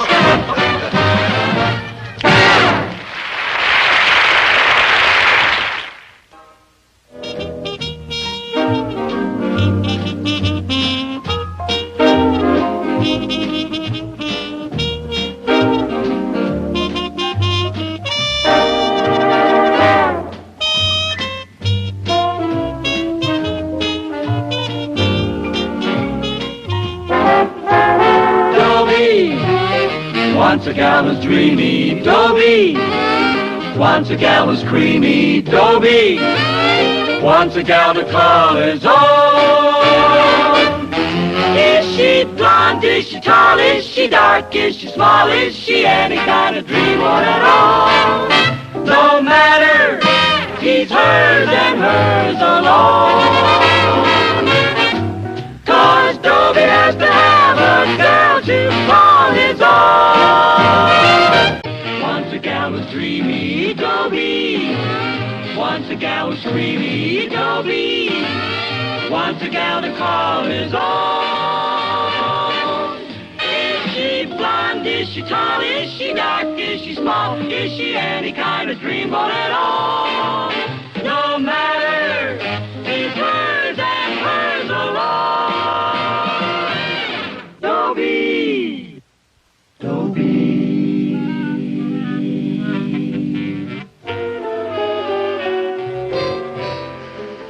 My name's Dobie Gillis. I'll tell you what I love. A girl named Thalia Menninger. I'll tell you what Thalia Menninger loves. Money. Here, I'll show you. Hi, Dobie. Thalia, my love, my sweet, my affinity. I'm busy, Dobie. What'd you ask me here for? Thalia, my darling. You know I love you more than life itself. I worship the ground you walk on. Dobie, are you getting ready to ask me to go to the picnic at Cedar Lake Saturday? Yeah. Can you get your father's car? Well, I don't know for Harley sure. Millcloss has asked me. Harley Millcloss? Well, he's only 15 and a half years old. Yes, and his father's car is only 1.5 years old. Okay, I'll get my father to let me have the car. And I presume promise. that I can take any of my friends I may care to invite? Well, I was hoping you and we could just... Okay, I know. Harley Millcloss. All right. Any of your friends you want to invite. Good. Here they are. You got a list? Miriam Buckhantz, Hazel Cederman, Dotsy, Lovey Coleman, Hilda Beasley. 16 friends? 16? Well, what's this 25 you've got written after each name? 25 cents. That's what I'm charging them for transportation to the picnic. Your friends? Dobie, you're a doll socially, but you'll never make a merchant prince. $4.10. Bye. That's my Thalia.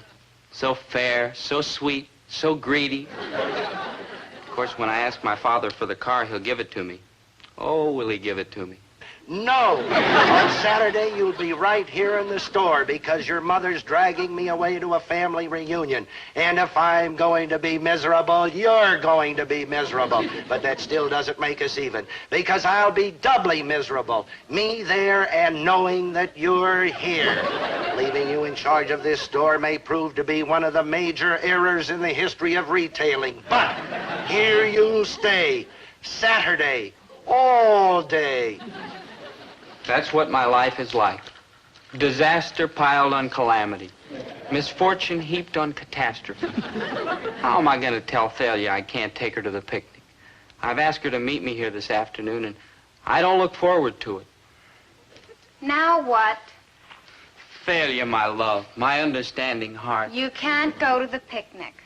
Well, there goes $4.10. Failure, my love. Somehow I hoped you'd understand. Listen, even if you can't go, you could let me have your father's car.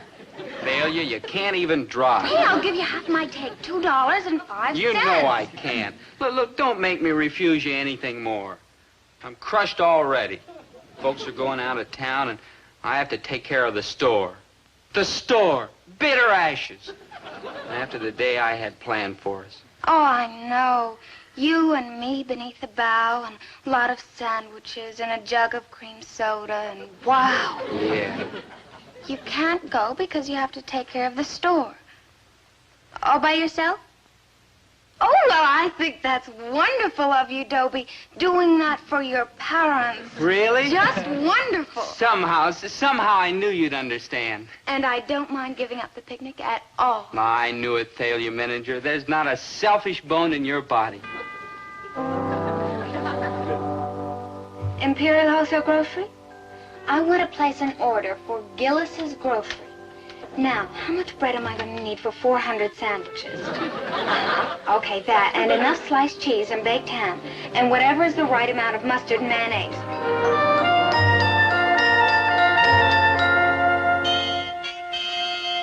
And furthermore, if just one little thing goes wrong, what am I saying? If. Now, Herbert, stop that. Have you got the tickets? Oh, I got the tickets. It's my mind I haven't got. That's it. I've lost my mind. I'm a kook.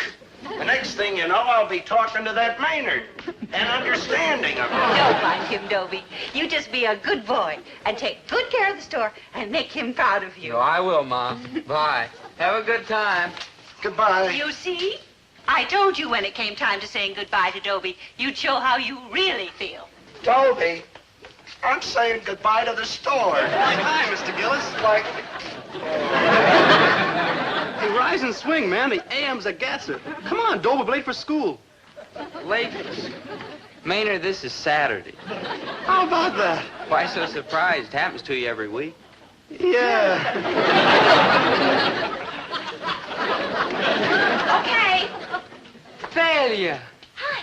Failure, is it really you, my love? Well, what are you doing here, dear heart? Well, I've come to help, of course. My darling, I said it yesterday and I'll say it again. Sign There's here, not a please. selfish bone in your body. The man wants you to sign. Yeah. The world has said you're cold, hard, grasping Thalia Manager, but the world doesn't know you as I do. Thalia? Candy with mustard and mayonnaise? Hey, what's the matter? You against breakfast? I am from now on. Oh, good. It's all here. What's all here? What's all this stuff? Dad doesn't sell that much bread in a week. And all that ham and cheese. Gee, I can't figure why he ordered it. He didn't. Huh? I ordered it. Oh. What do you mean you ordered it? Now, listen, Dobie, you want to do a good job in the store, don't you?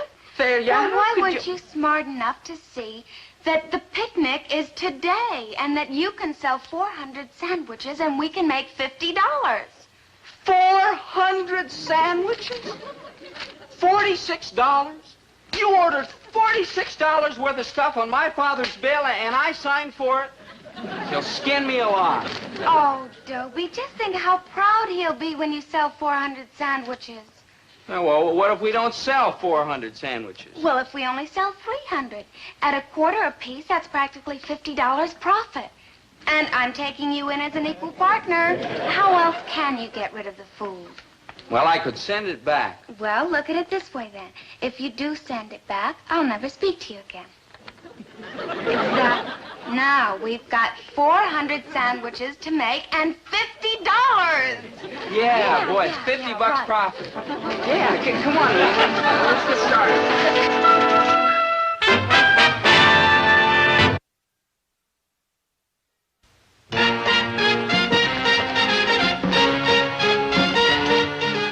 One more batch and we'll have 400.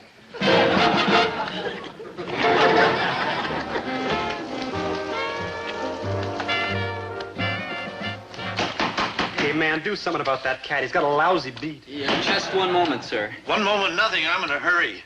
A box of ginger snaps and a large can of sardines. Ginger snaps and sardines. Oh, cool. My wife likes them, and she likes the kind of sardines in mustard sauce. Yeah, 97 cents, sir. Oh, thank you. Never mind, I'll put them right in here. Oh, okay. Come on, we're almost finished. Man, did you dig that wild outfit that cat was wearing? Yeah, I haven't seen a slicker like that since... Slicker. Slicker!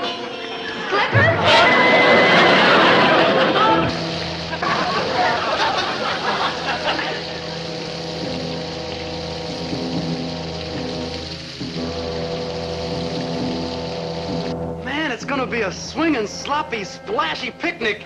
You dope, there isn't gonna be any picnic. Yeah, that's what he'll do. Skin me alive.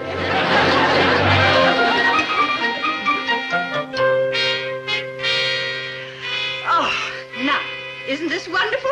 You can get yourself a nice 2-day rest. Rest? I could get more rest in a malted milk mixer. And those relatives of yours, it's like being trapped in a violent war. Sure, but they'll hear you. Family reunion. Just what I need. Just like I need a wart on the end of my nose.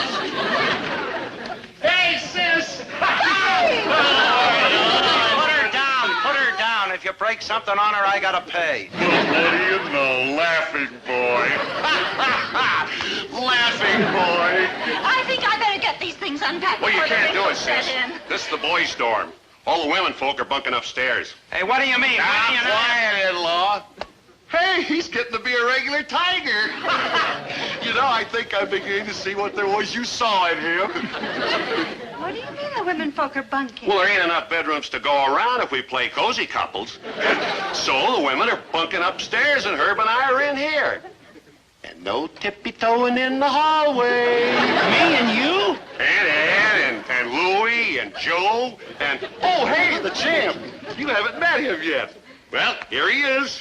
1980 All-American and then heavyweight champion of the world. Give your Aunt Winnie a kiss.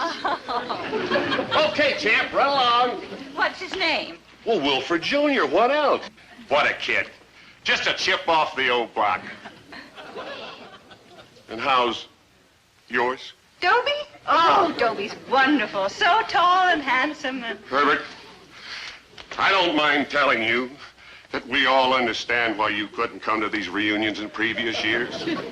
Understand and are sympathetic. Are you talking about Dobie? Oh, what the dickens, Herb? It's all in the family. Are you talking about Dobie? The one with the 2 left feet. 2 left feet. 3 left feet. Who'd you leave him with? Got a good keeper? I'll have you know I didn't leave him with anybody. I left him with the store. That boy is sharp as a tack. And what a worker. Why, he'll take better care of that store than I would. Well, maybe so. But that doesn't prove he isn't an idiot. Him calling Dobie an idiot. Well, you're always calling him an idiot. Well, he is an idiot. But by George, he's my idiot. He's in my store.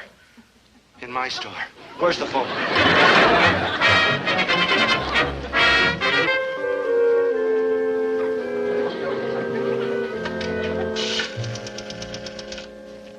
Long distance? Give me Springfield, 4682. Checking on the idiot, huh? Checking? Listen, I got a wonderful son there, and I love him. I just can't let a day go by without hearing his voice. Hello? Oh, hello, Dobie. My son? Dad? Yes, Dobie, it's your dad. I just called to see how you are. Oh, I'm fine, Dad. Yes? My son, how's everything going? Well, all right. Sorta. Sort of. Yeah, going sort of good, huh? Well, not exactly, Dad. You see, we made 400 sandwiches. Ham and cheese sandwiches. $46 worth that we got from the wholesalers. On your bill. Yes, Dobie, my son. I'm fine. Business is very good, huh? Oh, no, Dad. It's pouring rain here, and hardly anybody's been in. And the picnic's called off because of the rain. You follow me, Dad? Yes. Yes, I am. Uh-huh. Well, that's why we're stuck with 400 sandwiches. Stuck with... That's right, son. Stick to it. Yes, sir. It's nice to hear you're taking care of the store so wonderfully. Just what I expected. Goodbye, my son. Well, guess you've got to get unpacked yet, huh? You know, it's very comfortable here. Think I'll just sit here and take it easy for a while. Oh, no, you don't. They're all down in the meadow getting ready to start the games. Game? Certainly. Softball, three-legged race, potato sack race. Hey, who's she talking to on the phone? Mr. Pomfret. He was in charge of the picnic. He's an English teacher at school. I'm in his class. Maynard, you're in the same class. Oh, we are saved! I talked to Mr. Pomfret about having the picnic tomorrow if it stops raining, and he agreed. Thalia, you're a genius. Yes. Now, we'll have to keep these sandwiches fresh till tomorrow. Yeah. Get some cloths that we can sew. Uh-huh. Now, no. Oh, we'll put them in the freezer. That'll keep them. Yeah. Yeah. Yes. Oh, I'll get it.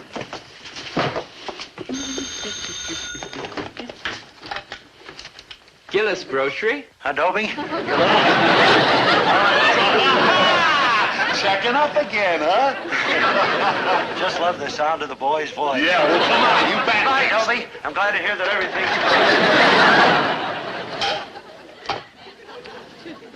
everything's... Yeah, everything's fine. It just stops raining.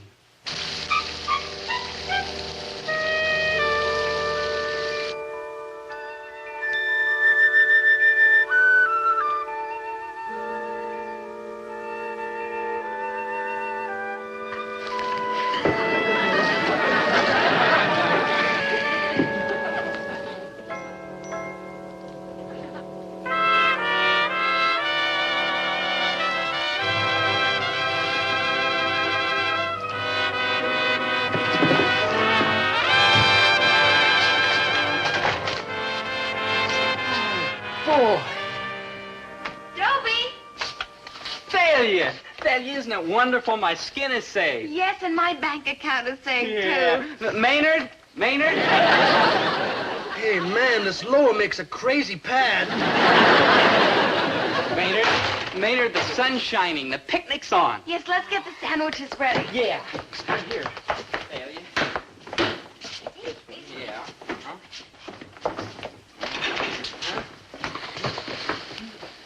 Dobie?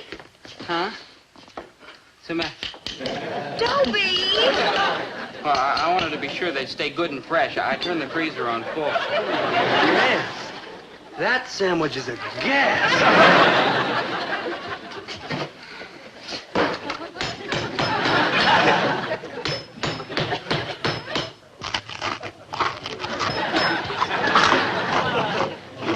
Oh, cool.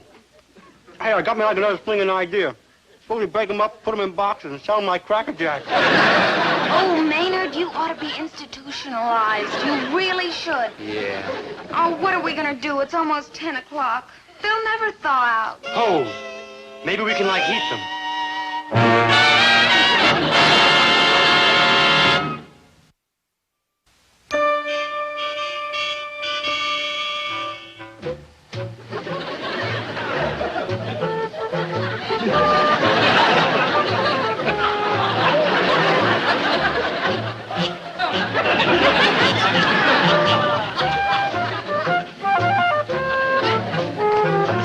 Another batch from off the stove, but we can... What are you doing, Maynard? Man, it says rayon, silk, and cotton, but not sandwiches. Go watch that carton you put in the oven. Well, we can give them their choice. Frozen, toasted, or burned. Yeah, I figure I better not leave the next batch in the oven quite so long.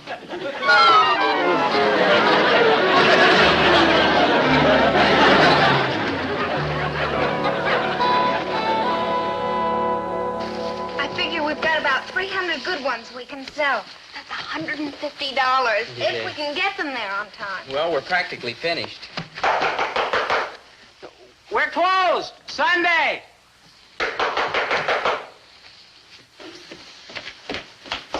We're closed on Sundays. I asked you for ginger snaps and sardines with mustard. You gave me chocolate chip cookies and sardines without mustard. Oh, yeah. So sorry about that, sir. Yeah. Here you are, sir. All paid for. Thank you very much, and I'm terribly sorry. Gee, I hope he doesn't tell Dad. He was really teed off. Well, what can you expect from a character who wears a slicker on a day like this?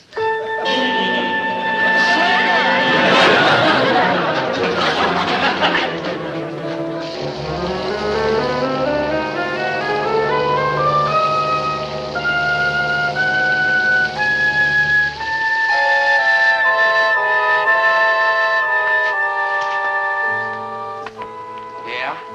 That's what he'll do. Skin me. Sure. Alive.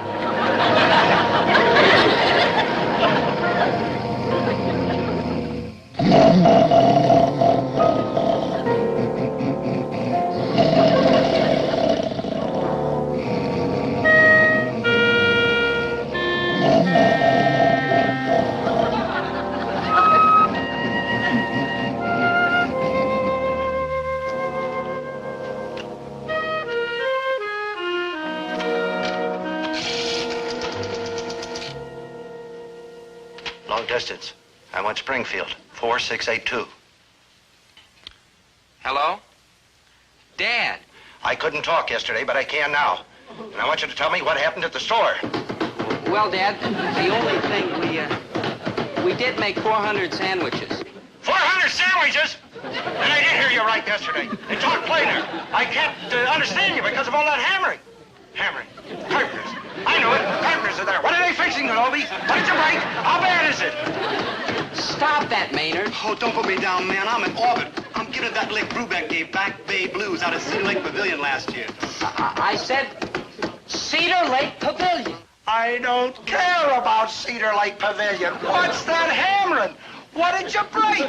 How bad is it? Oh, nothing, Dad, nothing. Everything's wonderful here. Just wonderful. Bye, Dad. Dobie! Dobie! Dobie!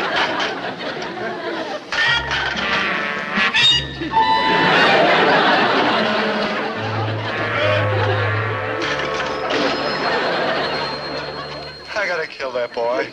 I just gotta. Hey, Dobie, what? Maybe I can talk him into letting us have the picnic indoors in Cedar Lake Pavilion. The pavilion is closed Sunday. Cedar Lake Pavilion, we're closed today. I know, but listen, you gotta listen to me. I represent 200 unfortunate, underprivileged high school students, and we were gonna have a picnic out there today in the picnic grounds. It's raining, and we were wondering if we could have the picnic inside your pavilion. Did you say 200 students? Yes, sir, I know you're closed, but, sir, couldn't you find it in your heart to open up the pavilion? Sure, I'll be glad to open up for 200 people. Oh, thank you, sir. You're a real human being. Well, what'd he say? What'd he say? I talked him into it. Oh, my merchant My prince. skin is saved. Joe, call Mr. Pomfret. Tell him we can have the picnic inside the pavilion. Come on, Maynard. Let's start loading this stuff in the car.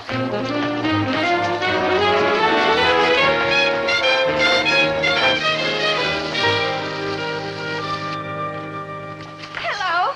Hello, I'm Mr. Stalker. Are you the first of our rained-out picnickers? Yes, sirree, and the rest are on their way. I can't tell you how thankful I am. You have distinctly saved the lives of a couple hundred kids, and the lives of two in particular. Here, I mean, I'll put it's this just somewhere, so please. wonderful the way you've done this on Sunday and everything, and it's rainy. And hold so us, Dad. powerful. Well, what's all this? Oh, these are the sandwiches we're going to sell. Sandwiches? Did you say sandwiches that you're going to sell? Well, wait a minute. Right back. Hey, don't swing at the goodies, Daddy-o. Stop! Why do you think I said I would open up? So that you can sell sandwiches? No, I sell food here. That's the only way I have of making a living. But, sir... No but, sir. Now get these sandwiches off of my property or your 200 students can have their picnic out there in the rain. Yes, sir. That's what Dad's gonna do to me. Alive.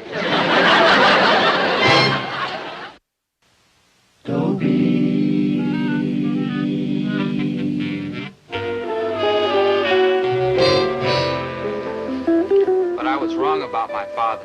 When he got back and saw the sandwiches, he didn't say a word. Not for a while, anyway. Then he said quite a few words. None of which would bear repeating. The gist of it was that I'm going to make up for the $46 out of my lunch money. I don't get any lunch money. Just one of the sandwiches every day until they're gone. I figured it out. I'm going to have ham and cheese sandwiches for lunch for the next 4.5 years. Already I'm getting awful sick of ham and cheese. Hey, Maynard, want to trade for one of the ham and cheeses? Crazy, Dad. Oh, you ruined it, man. Why'd you thaw it out?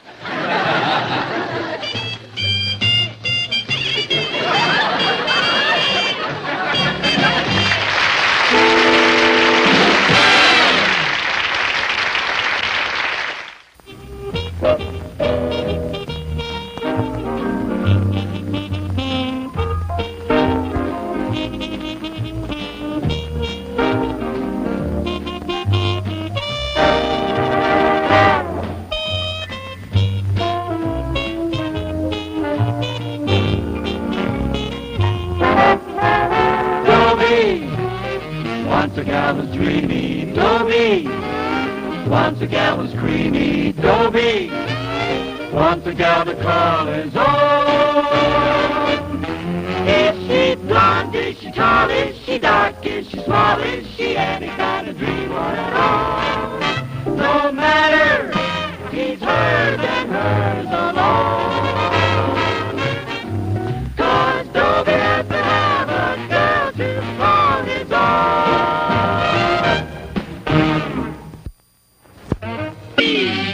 Once a gal was dreamy, Dobie. Once a gal was creamy, Dobie. Once a gal to call his own. Is she blonde? Is she tall? Is she dark? Is she small? Is she any kind of dreamboat at all? No matter, he's hers and hers alone. Dobie. I once had a very unusual experience with money. I had some. But mostly it's been my sad fate to look on the fine art of spending at strictly a spectator sport. Oh, well, they say that money can't buy happiness. I mean, look at Chatsworth Osborne, Jr. He's a fella I go to school with, and he's rich. He's also miserable. In fact, he's the most miserable rich kid you ever saw. Imagine, he lives in a big house on a hill with 26 rooms and 6 baths. 28 rooms and 8 baths. And a brace of dollar-shaped swimming pools. But you're right in one respect. I am miserable. Oh, I don't see why you're all shook up, Chatsworth. Yeah, man, you're so rich you can afford to be, like, miserable. Yeah. Chaps, you don't understand. What I crave is acceptance, recognition. I want to be one of the... Promise you won't tell Moms I used the word. Ma. Ma. For all your crudity and lack of polish, you and this tattered ragamuffin Maynard are accepted members of the group, while I, wealthy, cultured, and desirable, am an outsider, alone and unwanted. Why? The answer is, like, very simple. Yes, what? I didn't say I knew it. I just said it was, like, very simple. Right. Now look, Chatsworth, I don't want to hurt your feelings, but the reason you're unpopular is because you're always looking down your nose at everybody. Of course. How else can you look at them? See, that's the trouble, Chatsworth. You're not one of us. You don't hack around and rub elbows with the other fellas. How unsanitary. However, I'll chance it. By gad, I shall palaver with the hoi polloi no matter what the cost of my feelings. Hold it, Daddy-o. Who said we want to hoi polloi with you? Yeah, that's right, Chatsworth. We've got feelings too, you know. Oh, I suppose so. But how sensitive can you be, coming from sturdy peasant stock as you do? However, I do so want to join your boyish revels and frolics, and you must let me. No, you're not our type, Chatsworth. You're like odd. But you must. I'm so good at games. I'll buy polo outfits for everyone. Now, look, Chatsworth, that's not going to solve your problem. You can't buy friendship. The best things in life are free. To win a friend, be one. Starve a cold, feed a fever. Just hold up my end of the conversation. Oh, my son rats. I did so want to play. Impossible, Chatsworth, unless you can show us that you're an ordinary, earthy guy. That's how I got in. I was like earthier than anybody. The price I paid for my heritage. Poor, lonely, loaded Chatsworth. Yeah. Ain't you glad we're like poor? In a word, no. Does that answer your question? Hello, Chappie. Have you seen my cousin? No, but if she's anything like you, I wish I had. It's a he, and don't be so gauche. Gauche? That's French for clumsy, ill-mannered, uncouth. You rang? Oh, this is my friend Maynard G. Krabs, and I'm Dobie Gillis. Enchanté. Hi, Enchanté. Now, enchanté is French for enchanted. You like an immigrant or something? Maynard, don't you know who this is? No, man, clue me. You'll have to forgive my friend. He's a little gauche. Ce n'est pas rien. After all, I have been away for 3 years at a terribly chic and exclusive girls' school in the East. Yes. Maynard, this is Sabrina Armitage. Like, wow. You made it from a 300-acre estate with a big white house and surrounded by the 16-foot brick With wall. broken glass embedded in the top. The place. Like, enchanté. Ah, you speak French. Yeah, I took it in school last year. Didn't you just adore it? Yeah, I flunked. I was just, though. The passing grade was 70, and I got a 43, and the teacher wouldn't give me the benefit of the doubt. Maynard. I mean, a measly 9-point difference, and he flunks. Maynard! You also flunked math. Now, Miss Armitage, about this cousin you're looking for, who is he? Chatsworth Osborne, Jr. Tough. Those are the breaks, girl. Well, you've got to take the bitter with the sweet. Still, as Mum says, blood's thicker than water, so I've got to invite Chatsworth to my soiree. French? It means party. A French party? Tomorrow night. You come too, of course. Me? Well, I know you're riffraff. Hoi polloi, I think. All right, hoi Yeah. polloi. But the point is, I don't know anybody to ask. We're so rich, we never mingle. C'est la vie. Enchanté. You'll come, of If course. you'll save me the last dance. Oh, very well. Maynard, you'll come too. Oh, he'll be glad to. What? Dobie, no, I can't dance. Besides, music's for listening, not dancing. Nonsense. Anybody can dance. Not me. I do lots of things bad, but dancing's the thing I do bad best. You'll be there. These dancing, they'll be like girls. Well, that seems to be the custom. You gotta save me, good buddy. I mean, when I meet a chick face to face, I get cold feet clear up to my skull. Maynard, you'll have to get used to girls sooner or later. How's about later, when I'm like too old to care? Maynard, girls aren't gonna hurt you. Oh, no? They let you spend money on them? They grab all the seats in the bus, and they giggle about you in the girls' locker room. Oh, no. I'm steering clear of foreign entanglements. Sabrina, chick, I've been burrowing through all the record stores, and there's Square, girl. Just Square. Strictly Nowheresville. Nowheresville? Like way out in Stick City, man. Way out. Ooh, I hear my people calling. You an Indario? The innest girl. Who you dig on the horn? Dizzy Gillespie. Who else? Like cool. Like who? On the 88s? Thelonious Monk, Natch. Like cool. Like who? Like high. Like high. Like that's the strangest mating call I ever heard. Who's West? She's my roommate at the chic and exclusive girls' school we attend in the East. Oh. Venice is known, rather quaintly, as the campus bohemian. I have a problem. Quel dommage. What kind of a quel dommage? How droll you are. Oh, yeah. You should see me with a lampshade on my head. It's a terrible dommage that Venice won't have an escort at the party. Oh, that. I mean, now that Maynard won't be there. Whoa, whoa, whoa. Which Maynard won't be there? This Maynard will be there. Maynard me at the party. Hey, Picasso, you said you couldn't dance. What's the dance? You like Ziegler? You like Ziegler? You like Mamba? You like Mamba? You like Mamba? You like Mamba? You like Mamba? You like Mamba? Maynard! Fred Astaire, you're not. Oh, I'd like to. Oh, goodness, we must partay. Fidelio is waiting. Now, be at my house by 9. Come, Venice. Wild horses couldn't keep me away, Dream Princess. Dig you on the second chorus. Yeah, hot jam says you couldn't shake me loose, cool chick. It will be a rather formal party, so naturally we're dressing. Naturally, there's like laws in this town. Adios, monsieur. Oi, polloi! Naturally, we're dressing.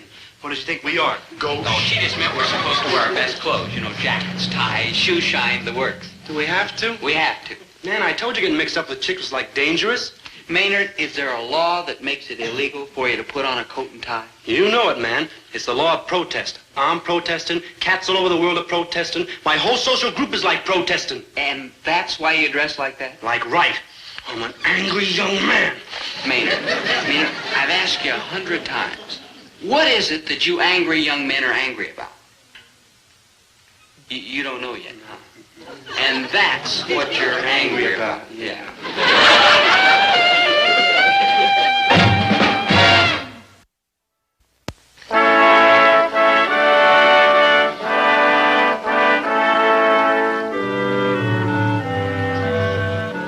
Hello, Mums. Oh, hello, child. Well, did you invite Chatsworth Osborne?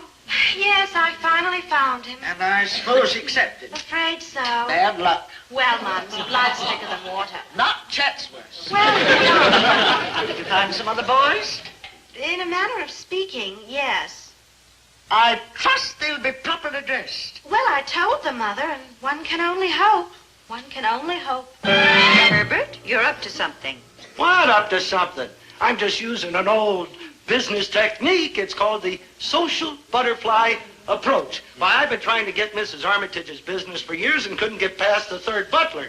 But if Mrs. Armitage should take a liking to my son, and my son should remember all of the wonderful things his dear old daddy has done for him and put in a good word with Mrs. Armitage, why, we too might be taking trips all over the world, even farther. Well, I'll be glad to do what I can, Dad, but I must not endanger my social position. Oh, perish the thought. Do not endanger your social position. Just be your own sweet, charming, lovable self. Yeah. And be sure Mrs. Armitage notices how sweet, charming and lovable you are. I'll try. Oh, no man can ask for more. Herbert, I don't completely admire your motives, but I'm glad to see that at least you don't disapprove of Dobie's social activities. Disapprove?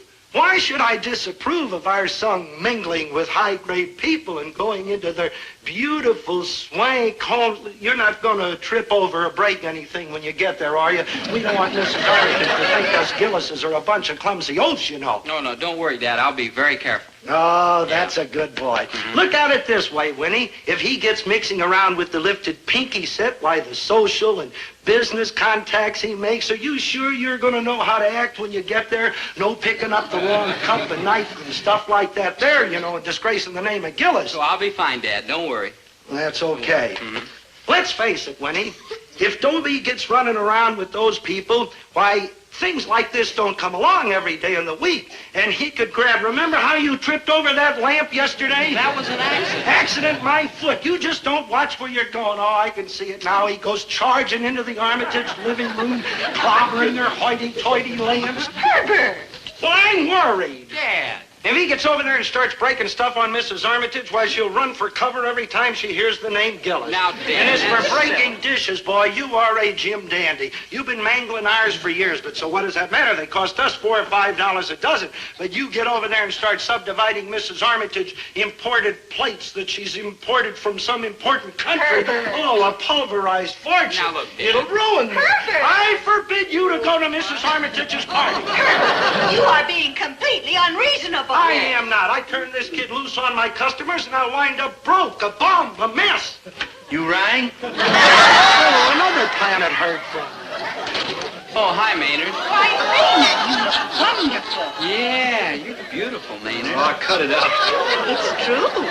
Oh, underneath is the same old me. This jacket's what stones you. Yeah, it's got a nice shine. I like borrowed it from my father. Oh? I don't think he wears it much. I found a hooky button in the pocket. Well, it's perfect. The girls at the party are going to fall all over you. Well, that's better than falling all over the furniture. When I think of Mrs. Armitage's delicate Herbert, antiques and what's Dobie is going to Sabrina Armitage's party, and I don't want to hear another word about it. All right, all right. I wonder if my insurance covers delicate antique furniture.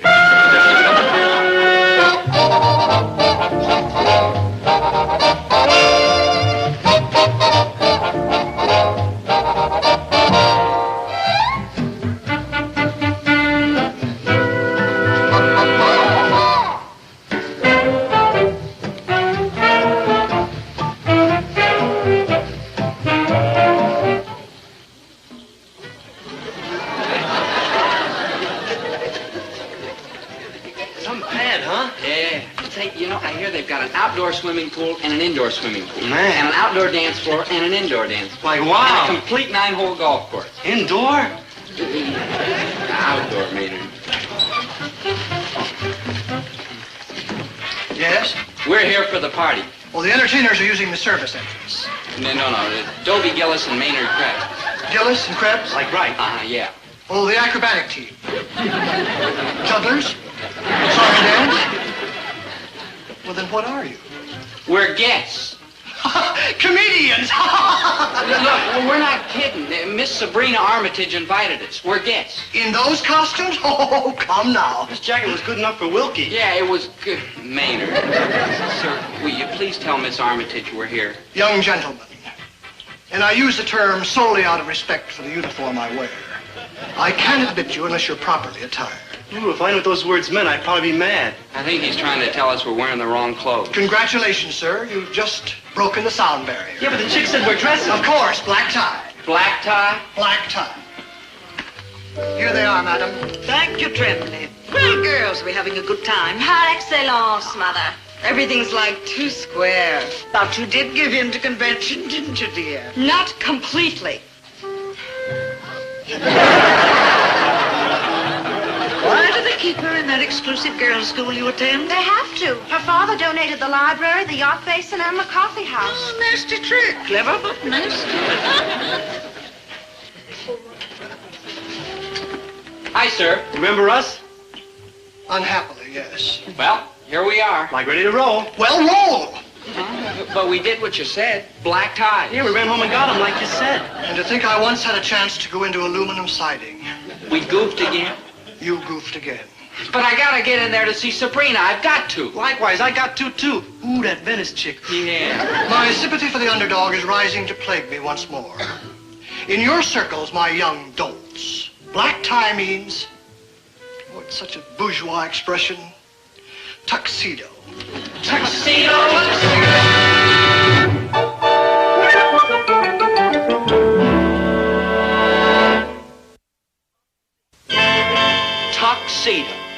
Where were we going to get tuxedos at that time of the night? All the stores were closed. And even if they were open, it wouldn't have done us any good. Between us, we had maybe enough money to buy maybe one dickie. No. What we needed was somebody who'd lend us tuxedos. A real friend. Well, not exactly a friend. I think the word is pigeon.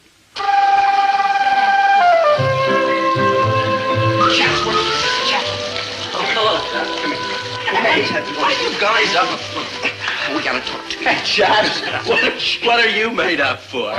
Chatsworth, you're looking down your nose at people again. Yeah, so I am, but what difference does it make? You've already refused to take me into your little coterie, and I did so want to belong.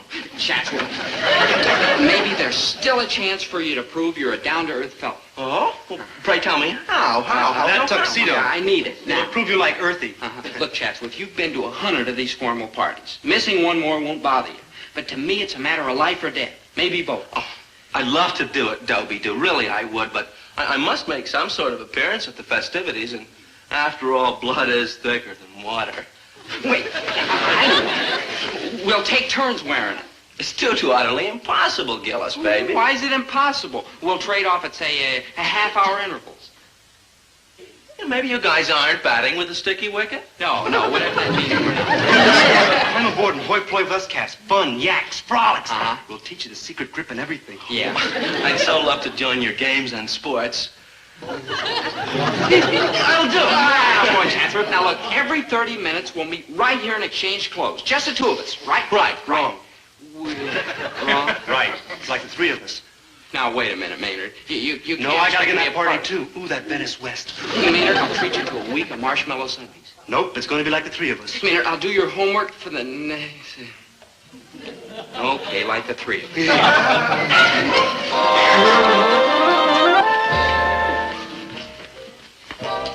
Good evening, I'm Dobie Gillis. How do you do, sir? I'm Tremblay. Don't worry, a good night's sleep will fix you up. Miss Armitage is We'll have none of that,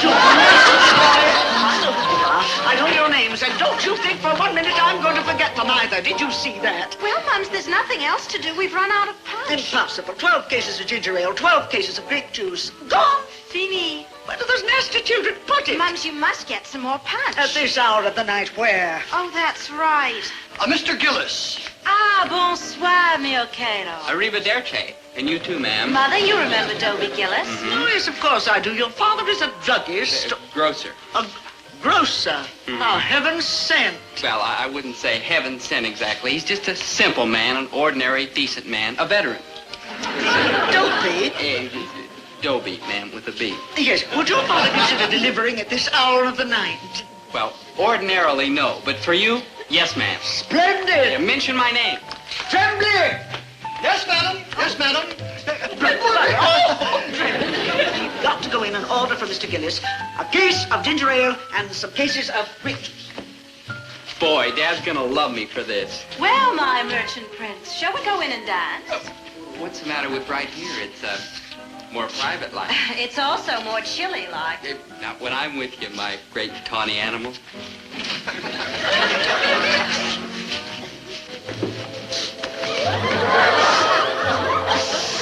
Isn't Dobie's time up yet? 5 minutes ago. I think it's downright unsporting. Give him another psst.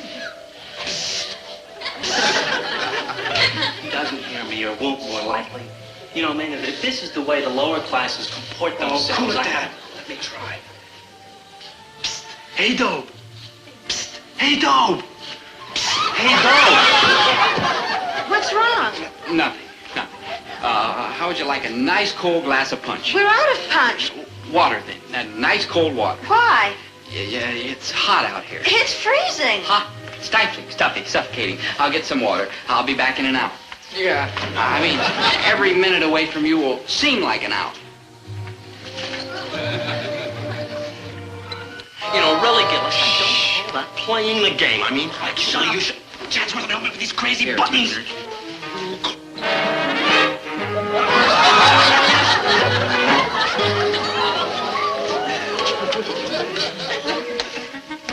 Enchanté, monsieur. I am Maynard G. Krebs. Good evening, sir. I'm Tremblay. Don't worry, a good night's sleep will fix you up. Well, hold on.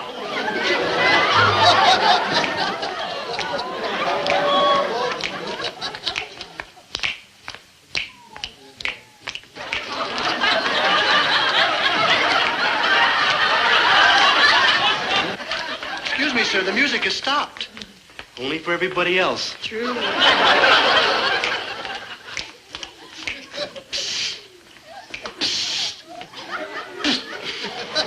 It's simply not fair. That's what it's not. I mean, one should surely get a chance to wear one's own dinner jacket.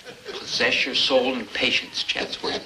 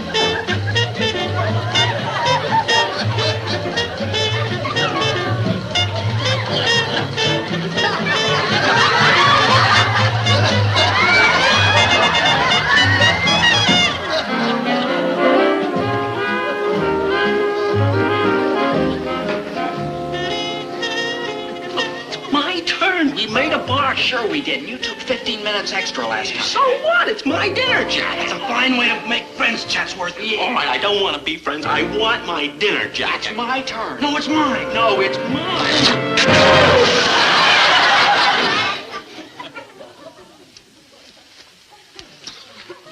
Dobe, Yeah? you got trouble. We all got trouble. Not like you got. No, I don't believe it. I didn't see it. It's a hallucination. That's what it is. It's a hallucination. I'll just close my eyes and it'll all go away. Hi, Dad. It's true. It's true. You know Maynard, of course. Of course I know Maynard. That's the kind of luck I got. Yeah, this is I don't care who it is. What are you doing out here stark naked? What's the matter? You finally gone and slipped your trolley completely? Yeah. The biggest house in town, the biggest grocery account in town, the biggest party. I finally get a chance maybe to get into the big dough, and what happens? You're out here running around in your pelt. Then I'll look. Explain the whole thing. Put on some clothes. What? Don't argue with me. Put on some look. clothes. Take mine, all of you. You're standing around here. Come on, Dad. I mean, Mr. Dash, but like... You shut up! Actually, Mr. Gillis, it's not wise what you're... When I want some advice from three lunatics, I'll go out to the insane asylum and talk to some people who make sense.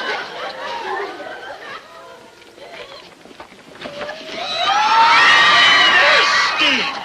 Oh, so nasty!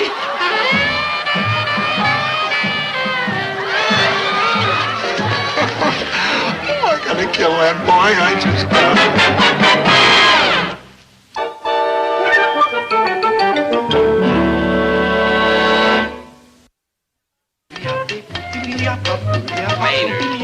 Maynard, please. What's the matter with you? Like nothing. I'm happy. Happy. Happy. I lost Sabrina Armitage. My father's looking at law books trying to find out if parents can divorce children in this state, and you're happy. Like Clip City, man. Like what? That chick, she digs me the most. You mean Venice West? Yeah. The other night when she saw us standing out there in I can't say it. Drawers, and don't remind me. She thinks I got nice legs. Nice legs? Ready, Cat Matt? Coming, Mother.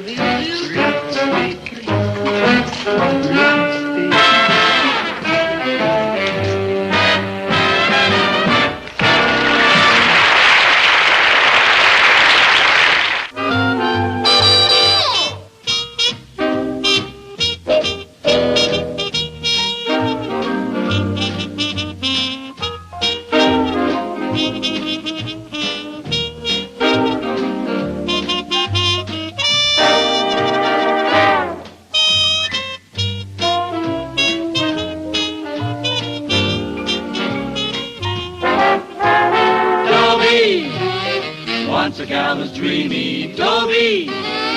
Once a gal was creamy, Dobie. Once a gal to call his own. Is she blonde? Is she tall? Is she dark? Is she small? Is she any kind of dreamboat at all? No matter, he's hers and hers alone. 'Cause Dobie has to have a girl to call his own. Once a gal was dreamy, Dobie. Once a gal was creamy, Dobie. Once a gal to call his own. Is she blonde? Is she tall? Is she dark? Is she small? Is she any kind of dreamboat at all? No matter, he's hers and hers alone. Dobie. The trouble started when Dad got himself a lawyer last November 1st. I remember the date because it was the day after Halloween, and Dad wanted to sue some kids who soaped his windows. I am going to court. He talked Dad out of that, but Dad kept him. Dad liked having a lawyer, mostly for yelling. There's laws in this country to protect us businessmen. I am going to see my attorney. You know better than to take a bite out of a nickel candy bar when you've only got 4 cents. You're probably going to wind up in court. Boy, was Dad proud of having a lawyer. I'm probably the only high school student in the whole world whose father threatened to sue him if he didn't get his grades up. Well, this lawyer, Mr. Martindale, drew up a will for Dad. I have explained to Mr. Gillis a dozen times how much trouble and expense will be saved by having a will for after he's gone. Not now, 100 years from now. For the past year, during which he has referred to me as, quote, my attorney, unquote, I haven't been able to get him to sign it. Hey, Winnie, I sure gave those guys down at the produce market a going over too, Dale. Hello, Martindale. Always glad to see my attorney. Mr. Martindale was nice enough to bring over your will for you to sign, dear. Well, if those kids soap my windows next Halloween again and he doesn't do anything about it again, he won't have anything to bring over here for me to sign because I will get a new attorney. See? I knew when I left law school that I'd have to be a struggling young lawyer. But I never thought that I'd be doing all of my struggling with one client. Deserting your client, huh? You're just liable to find yourself up in front of the State Bar Association. He's a nice kid. Little inexperienced, need to learn. Oh, the mail's here, huh? If you'll just read it and sign it, it'll be done. Yeah, and then I'll be done, too. What? Well, you heard the old saying. Sign your will and send for your undertaker. Oh, that's just an old wives' saying. Yeah, well, what would a young wife say about that, huh? Lake Winnemucca Hotel? Yeah, where the successful young businessman, Herbert T. Gillis, and his beautiful young bride, Mrs. Herbert T. Gillis, are spending their honeymoon. You don't mean it. Read it. I already made reservations. But we can't afford it. Well, I told you, Winnie, we picked up a little extra profit the last couple of months, and we waited 24 years for our honeymoon. This is it. Oh. Oh, I told you when we got engaged, honey, just stick to Herbert T. Gillis. Buenos dias. Oh, buenos dias, Senor Carlos. Uh-huh. Voila. Gracias. Y adiós. And a gracias and an adios to you, Senor Carlos. See you mañana. Hey, what's all this sneaky double talk? Oh, I'm practicing Spanish with him. Gracias and adios means thank you and goodbye. Yeah, but what about this mañana where he's going to meet you? Oh, he meant that he'll see me tomorrow. But where will he see you tomorrow? Here. Mañana, tomorrow. Oh. Why, Herbert Gillis, why do you think you're jealous? Why not? You're a cute chick, you know. You bring all of us young bucks blood to a boil. Lake Winnemucca. You know, I'm glad now that we couldn't afford a honeymoon when we were first married. That's Herbert T. Gillis. Always thinking. We would have been worried about the future then. But now? But now I'm a successful businessman. Honey, we've got it made. Oh, it'll be wonderful. Warm days, canoeing, swimming, dancing. Say, maybe we ought to go to a dancing school. Well, there'll be dancing at the lake, and we don't want to look old-fashioned. Look old-fashioned? Honey, I feel 22. You look 18. How could we look old-fashioned? Well, still, maybe we ought to learn that cha-cha-cha. We will be doing the kangaroo jump. The kangaroo jump? Yes, honey, the dance we fell in love to. The dance we would have been doing if we'd have gone on our honeymoon 24 years ago. The kangaroo jump. Hey, there is a real dance. Hey. Da-da-da-da-da-da. Stop, we're gonna dance till we drop. Hibbity, hibbity, hibbity, hibbity, hop, hop, hop. Hop, hop. Hibbity, hibbity, hibbity, hibbity, bump, bump, bump. Bump, bump. Doing the kangaroo jump. Da-da-bump, we're gonna dance. Dee-dee-dum, da-da-dee-dee-dee-da-da-da-da-da, bump, bump, bump. Dee-dee-dee-dee-dee-dee-dum, bump, bump, dee-dee-dee-dee-dee-dum.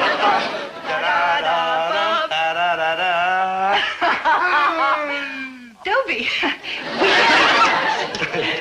Oh. Goodbye, Herbie. Goodbye, Winnie Pooh. Dobie, your mother and I are feeling pretty happy, son. We are going away on our honeymoon. Hold it! Don't let the connection fit. I'm going to close the store while we're gone. You won't have to work. Oh, okay. One thing, Dad. Will you do me a favor? No. If it doesn't cost anything? Yes. Don't tell anybody you're going on your honeymoon, huh? It's pretty embarrassing at my age. Huh? And at your age. At my age? Yeah. Oh, the things you kids don't understand. Boy, I am in my prime. Oh.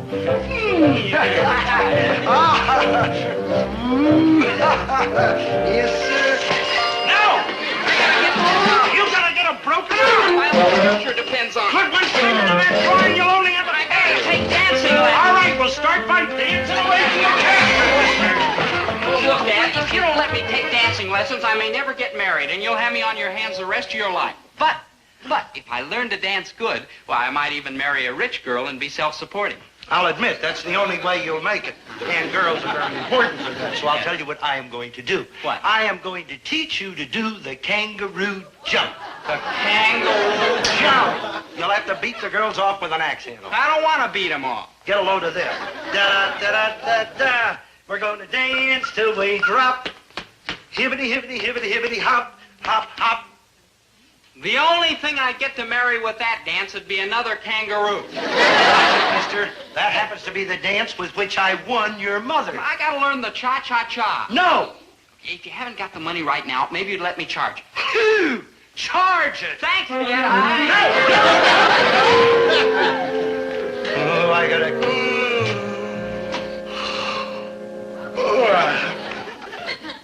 I better hold it. I might want to include his brother, too. Morning, Dad. Well, there's a little of it left. I just cleaned the cobwebs out. Oh, so that's what you got up there, huh? You know what I can't understand is why you have to come home from college to study for an exam you gotta go back to college to take. What's the exam on if it's for yawning you're a cinch to get an A?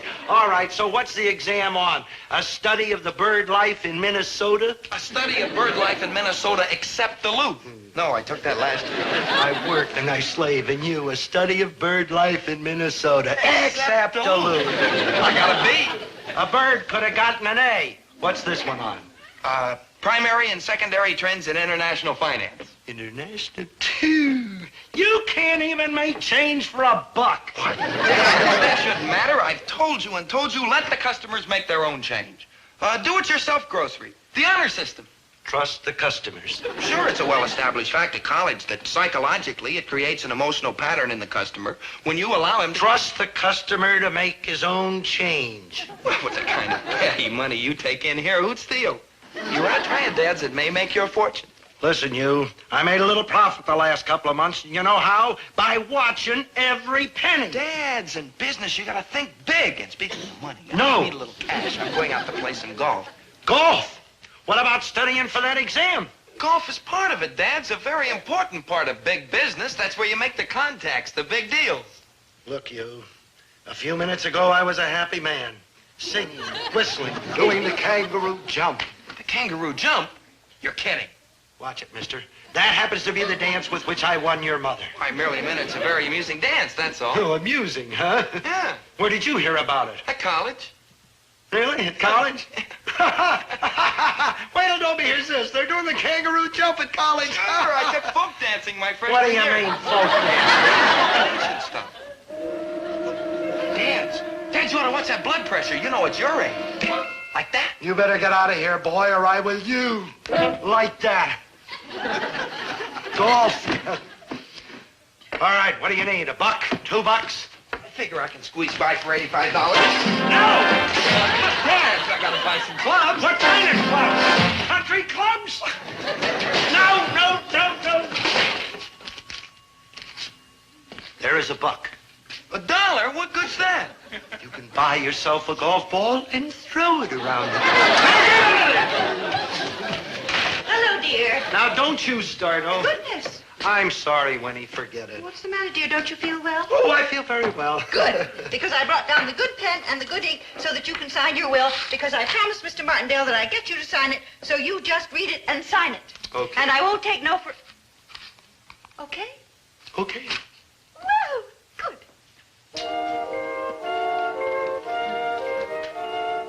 I, Herbert T. Gillis, being of sound mind and memory, and considering the uncertainties of this life, do declare this to be my last will.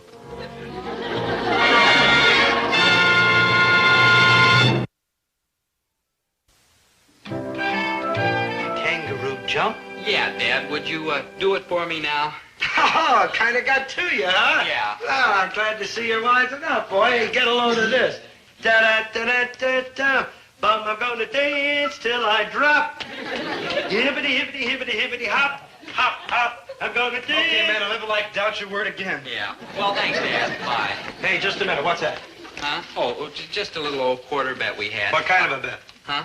What? Oh, well, you see, Maynard just sort of happened to hear about you doing that kangaroo jump dance. And I didn't believe it, but man, wow. I gotta make $10 some way. That's only a quarter. Well, 40 kids. Do you mean to say you were gonna get to do that dance 40? My back. Don't stand up. What are you doing?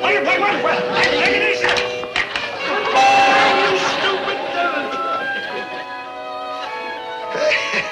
Yeah, it's all right, thanks. Oh, it's nothing, Mr. Gillis. I do it for my grandpa all the time. Your grandpa? He's doing the same thing. Lumbago. Lumbago? Don't worry, Mr. Gillis. Everybody gets it when they get, old.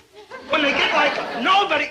This happens to be an old football injury. Gets like gold. I like to see you two do the work I put in around here in this store 12, 14 hours a day. Well, why don't you just take it easier, Dad? Do you think I like to work? But what am I going to do with a $10 cha-cha-cha son and an $85 golfing son? You could close the grocery, make this like a coffee house. A coffee house, Maynard? This community needs a coffee house. Why, Maynard? So us cats can have someplace to go and sit and protest. And how would I make any money, Maynard? Yeah, but look at all the friends you'd make. Like you, Maynard? You better consider that $10 investment in cha-cha-cha, Dad. I'm only thinking of you. Thinking of me? Sure. Cha-cha-cha, rich girl, retirement. With your back, you need help. Oh, why, you and... I'm gonna kill that boy. I just got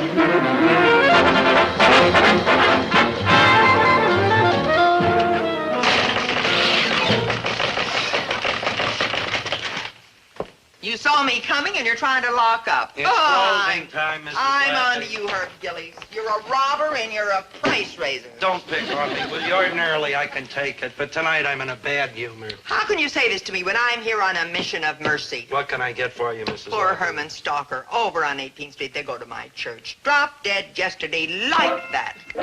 So I want to be a good neighbor and take the poor grieving widow some good homemade soup. So let me have a couple of envelopes of that tomato soup mix. I like vegetable better. Maybe you better make it vegetable. I used to go to school with a kid named Bill Stalker. Oh, Bill was Herman's older brother. He passed away 3 years ago. You couldn't possibly know Herman Stalker. He's years younger than you. Younger? Younger. Like that? Like that. Charge them. 23 cents. These were 22 cents yesterday. 23 cents, Mrs. Lapping. They were 22 cents. They have You'd been rob 23 me when I'm cents trying to... for months. You look me in the eye and try to say they were 23 cents yesterday. They were 23 cents yesterday. Oh, no. You'd see in my eye that I was telling the truth, huh? No. I can see in your eye the same look I saw in poor Herman Stalker's eye last week. Oh, you poor man. Like that.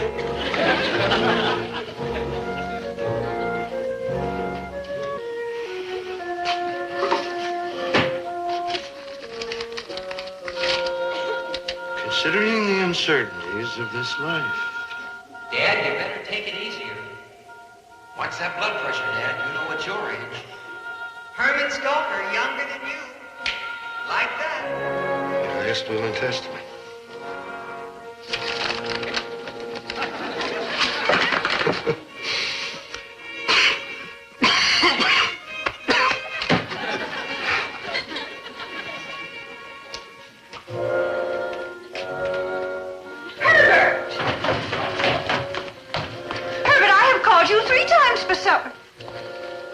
Why, you haven't even closed up yet.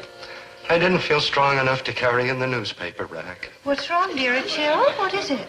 Everything. Oh, Winnie. Why, Herbert, darling, what's wrong? Oh, I just feel awful. All over. I feel old and tired. That will. Is that what brought all this on? Well, it made me realize how old I am and what a failure I've been. Winnie, I ain't got anything to leave you except a little GI veteran insurance. Now, Herbert, you stop that. Hardly enough insurance to bury me with. Probably not even enough the way prices have gone up. You're liable to have to leave me above ground. Oh, I gotta face it, Winnie. At my age, it could happen like that. And then what'll happen to you when I'm not here to take care of you? You'll wind up on relief. Why? Because I ain't got anything to leave you. You have quite a lot to leave me. 2 fine boys. I forgot about them. You'll have to support yourself in them, too. Herbert, they are fine boys. Winnie, you've got to promise me one thing.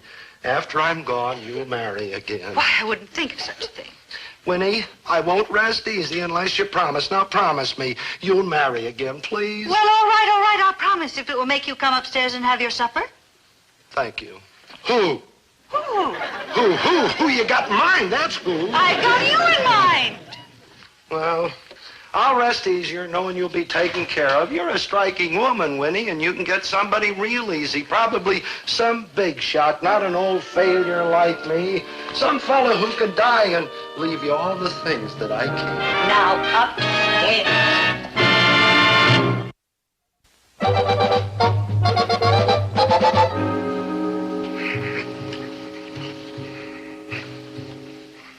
Cha-cha-cha, marry a rich girl and be self-supporting. Cha-cha-cha. Trust your customer. A do-it-yourself grocery. The honor system. Oh, I'm sorry, buddy.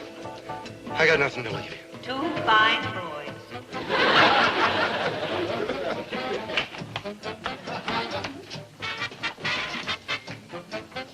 What's going on here? Can anybody hear me? Hey, hey!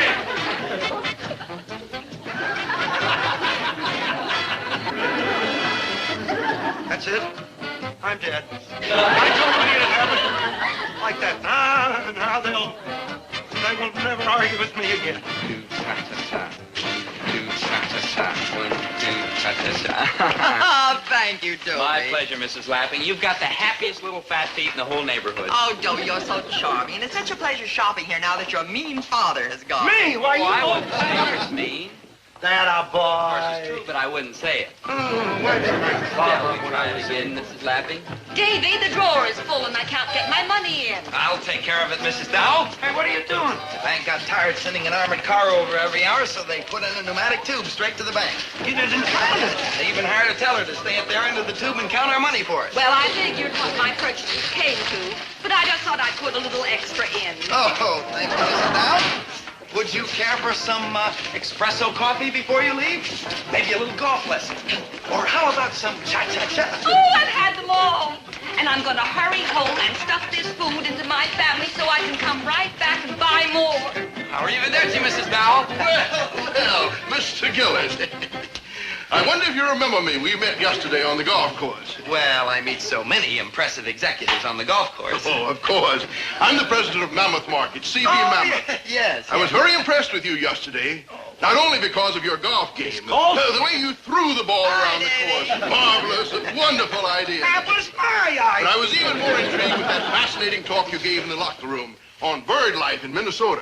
Except Duluth. Oh, except Duluth, of course. That's what impressed me the most. I hate the birds in Duluth. Yes, I've heard about your amazing success here in the market and some of your fascinating features. Is that one of them? Yes, he's on our staff. He's the king of the beatnik. Oh? Well, what's he doing? Protesting. Wonderful. Brings in the intellectual element. Yeah. Marvelous idea. And is this another feature of the store? Yes, sir. This is the cha-cha-cha department. We dance with the customers. It puts them in the mood to buy. Care to try it? Uh-huh. Yeah. Wonderful. I'll buy this store. I'll give you and your brother $100,000 for it. See what I mean? $100,000. Of course, your offer is ridiculous. Well, of course it is, so take it. I mean, we wouldn't even consider it. Sell! Don't sell, Dobie. My father's a millionaire. I only started working here in hopes you'd cha-cha me to the altar. Oh, this kid's been spreading his cha-cha all over town. No, I'm sorry, but we have plans for our own chain of groceries. I'm afraid that in a year or so, we'll be absorbing you. Oh, I knew it. I knew it. Oh, why in the world didn't I study golf and bird life and the cha-cha-cha in college? Turned down $100,000. Oh, what's going to happen to poor Mimi? Oh, what a lovely picture. What a shame this miserable Herbert Gillis couldn't be here to see it. Miserable Herbert T. Gillis. Who? Him, your late husband. Oh, is that who it is? I thought it was some sort of an ad. Oh, that miserable man. You know, I used to have to force myself to come to this store, but you and the boys have always been so attractive, and I realized if that miserable man lost even one customer, you'd all be on the county. Dobie, you're so cute. Yeah. Poor, miserable Herbert. Oh, We could have been rich years ago, but the poor, miserable man just couldn't think big. Well, what could you expect from that limited mind? I always ask him, buy me a convertible. Over and over, buy me a convertible. all right, so you asked me. And making deliveries in that beautiful convertible that I bought you for his funeral. That was the very thing that started our success. Yeah. yourself. Oh, I kid myself. She's right. They don't need me. They're better off without me. The convertible and Davies Golf and Cha-Cha-Cha, Mother. Oh, and that reminds me, I'm going to a thé dansante. Woo! And here comes my date now. Your date? Winnie, I'm not even cold yet. Oh, Don Carlos, gracias and adios. Oh, my sweet Winnie Pooh. Winnie Pooh, honey, that was my name for you. Here it is, mañana. I know it. You see, just after my insurance money. You know, if my poor late husband were here, he would say that you were after his insurance money. Me? But I'm a wealthy South American landowner. Perhaps you have heard of my hacienda in South America. What is it called? Argentina. Oh, it sounds lovely. Well, shall we off to cha-cha-cha? No, never again shall I cha-cha-cha. I shall only do the dance with which you won my heart. The kangaroo jump. The kangaroo jump?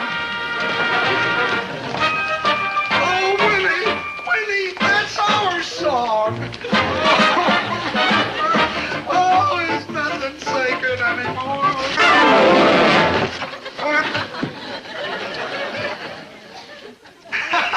Ooh, ouch, I'm alive.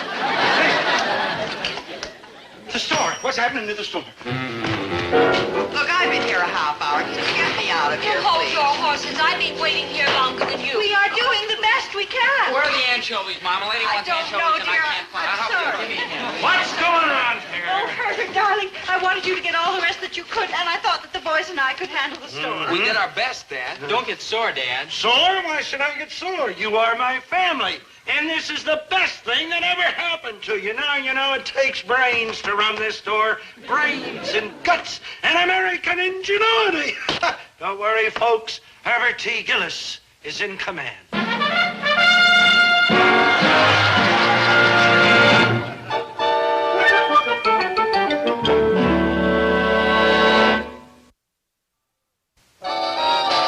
You know, I learned something today, Winnie.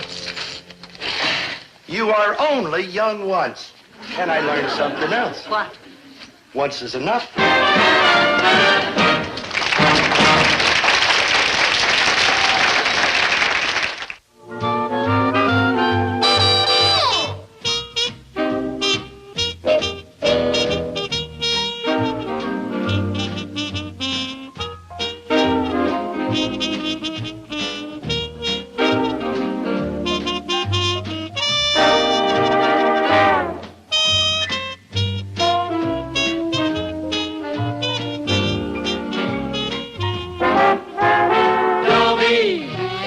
Once a gal was dreamy, Dobie.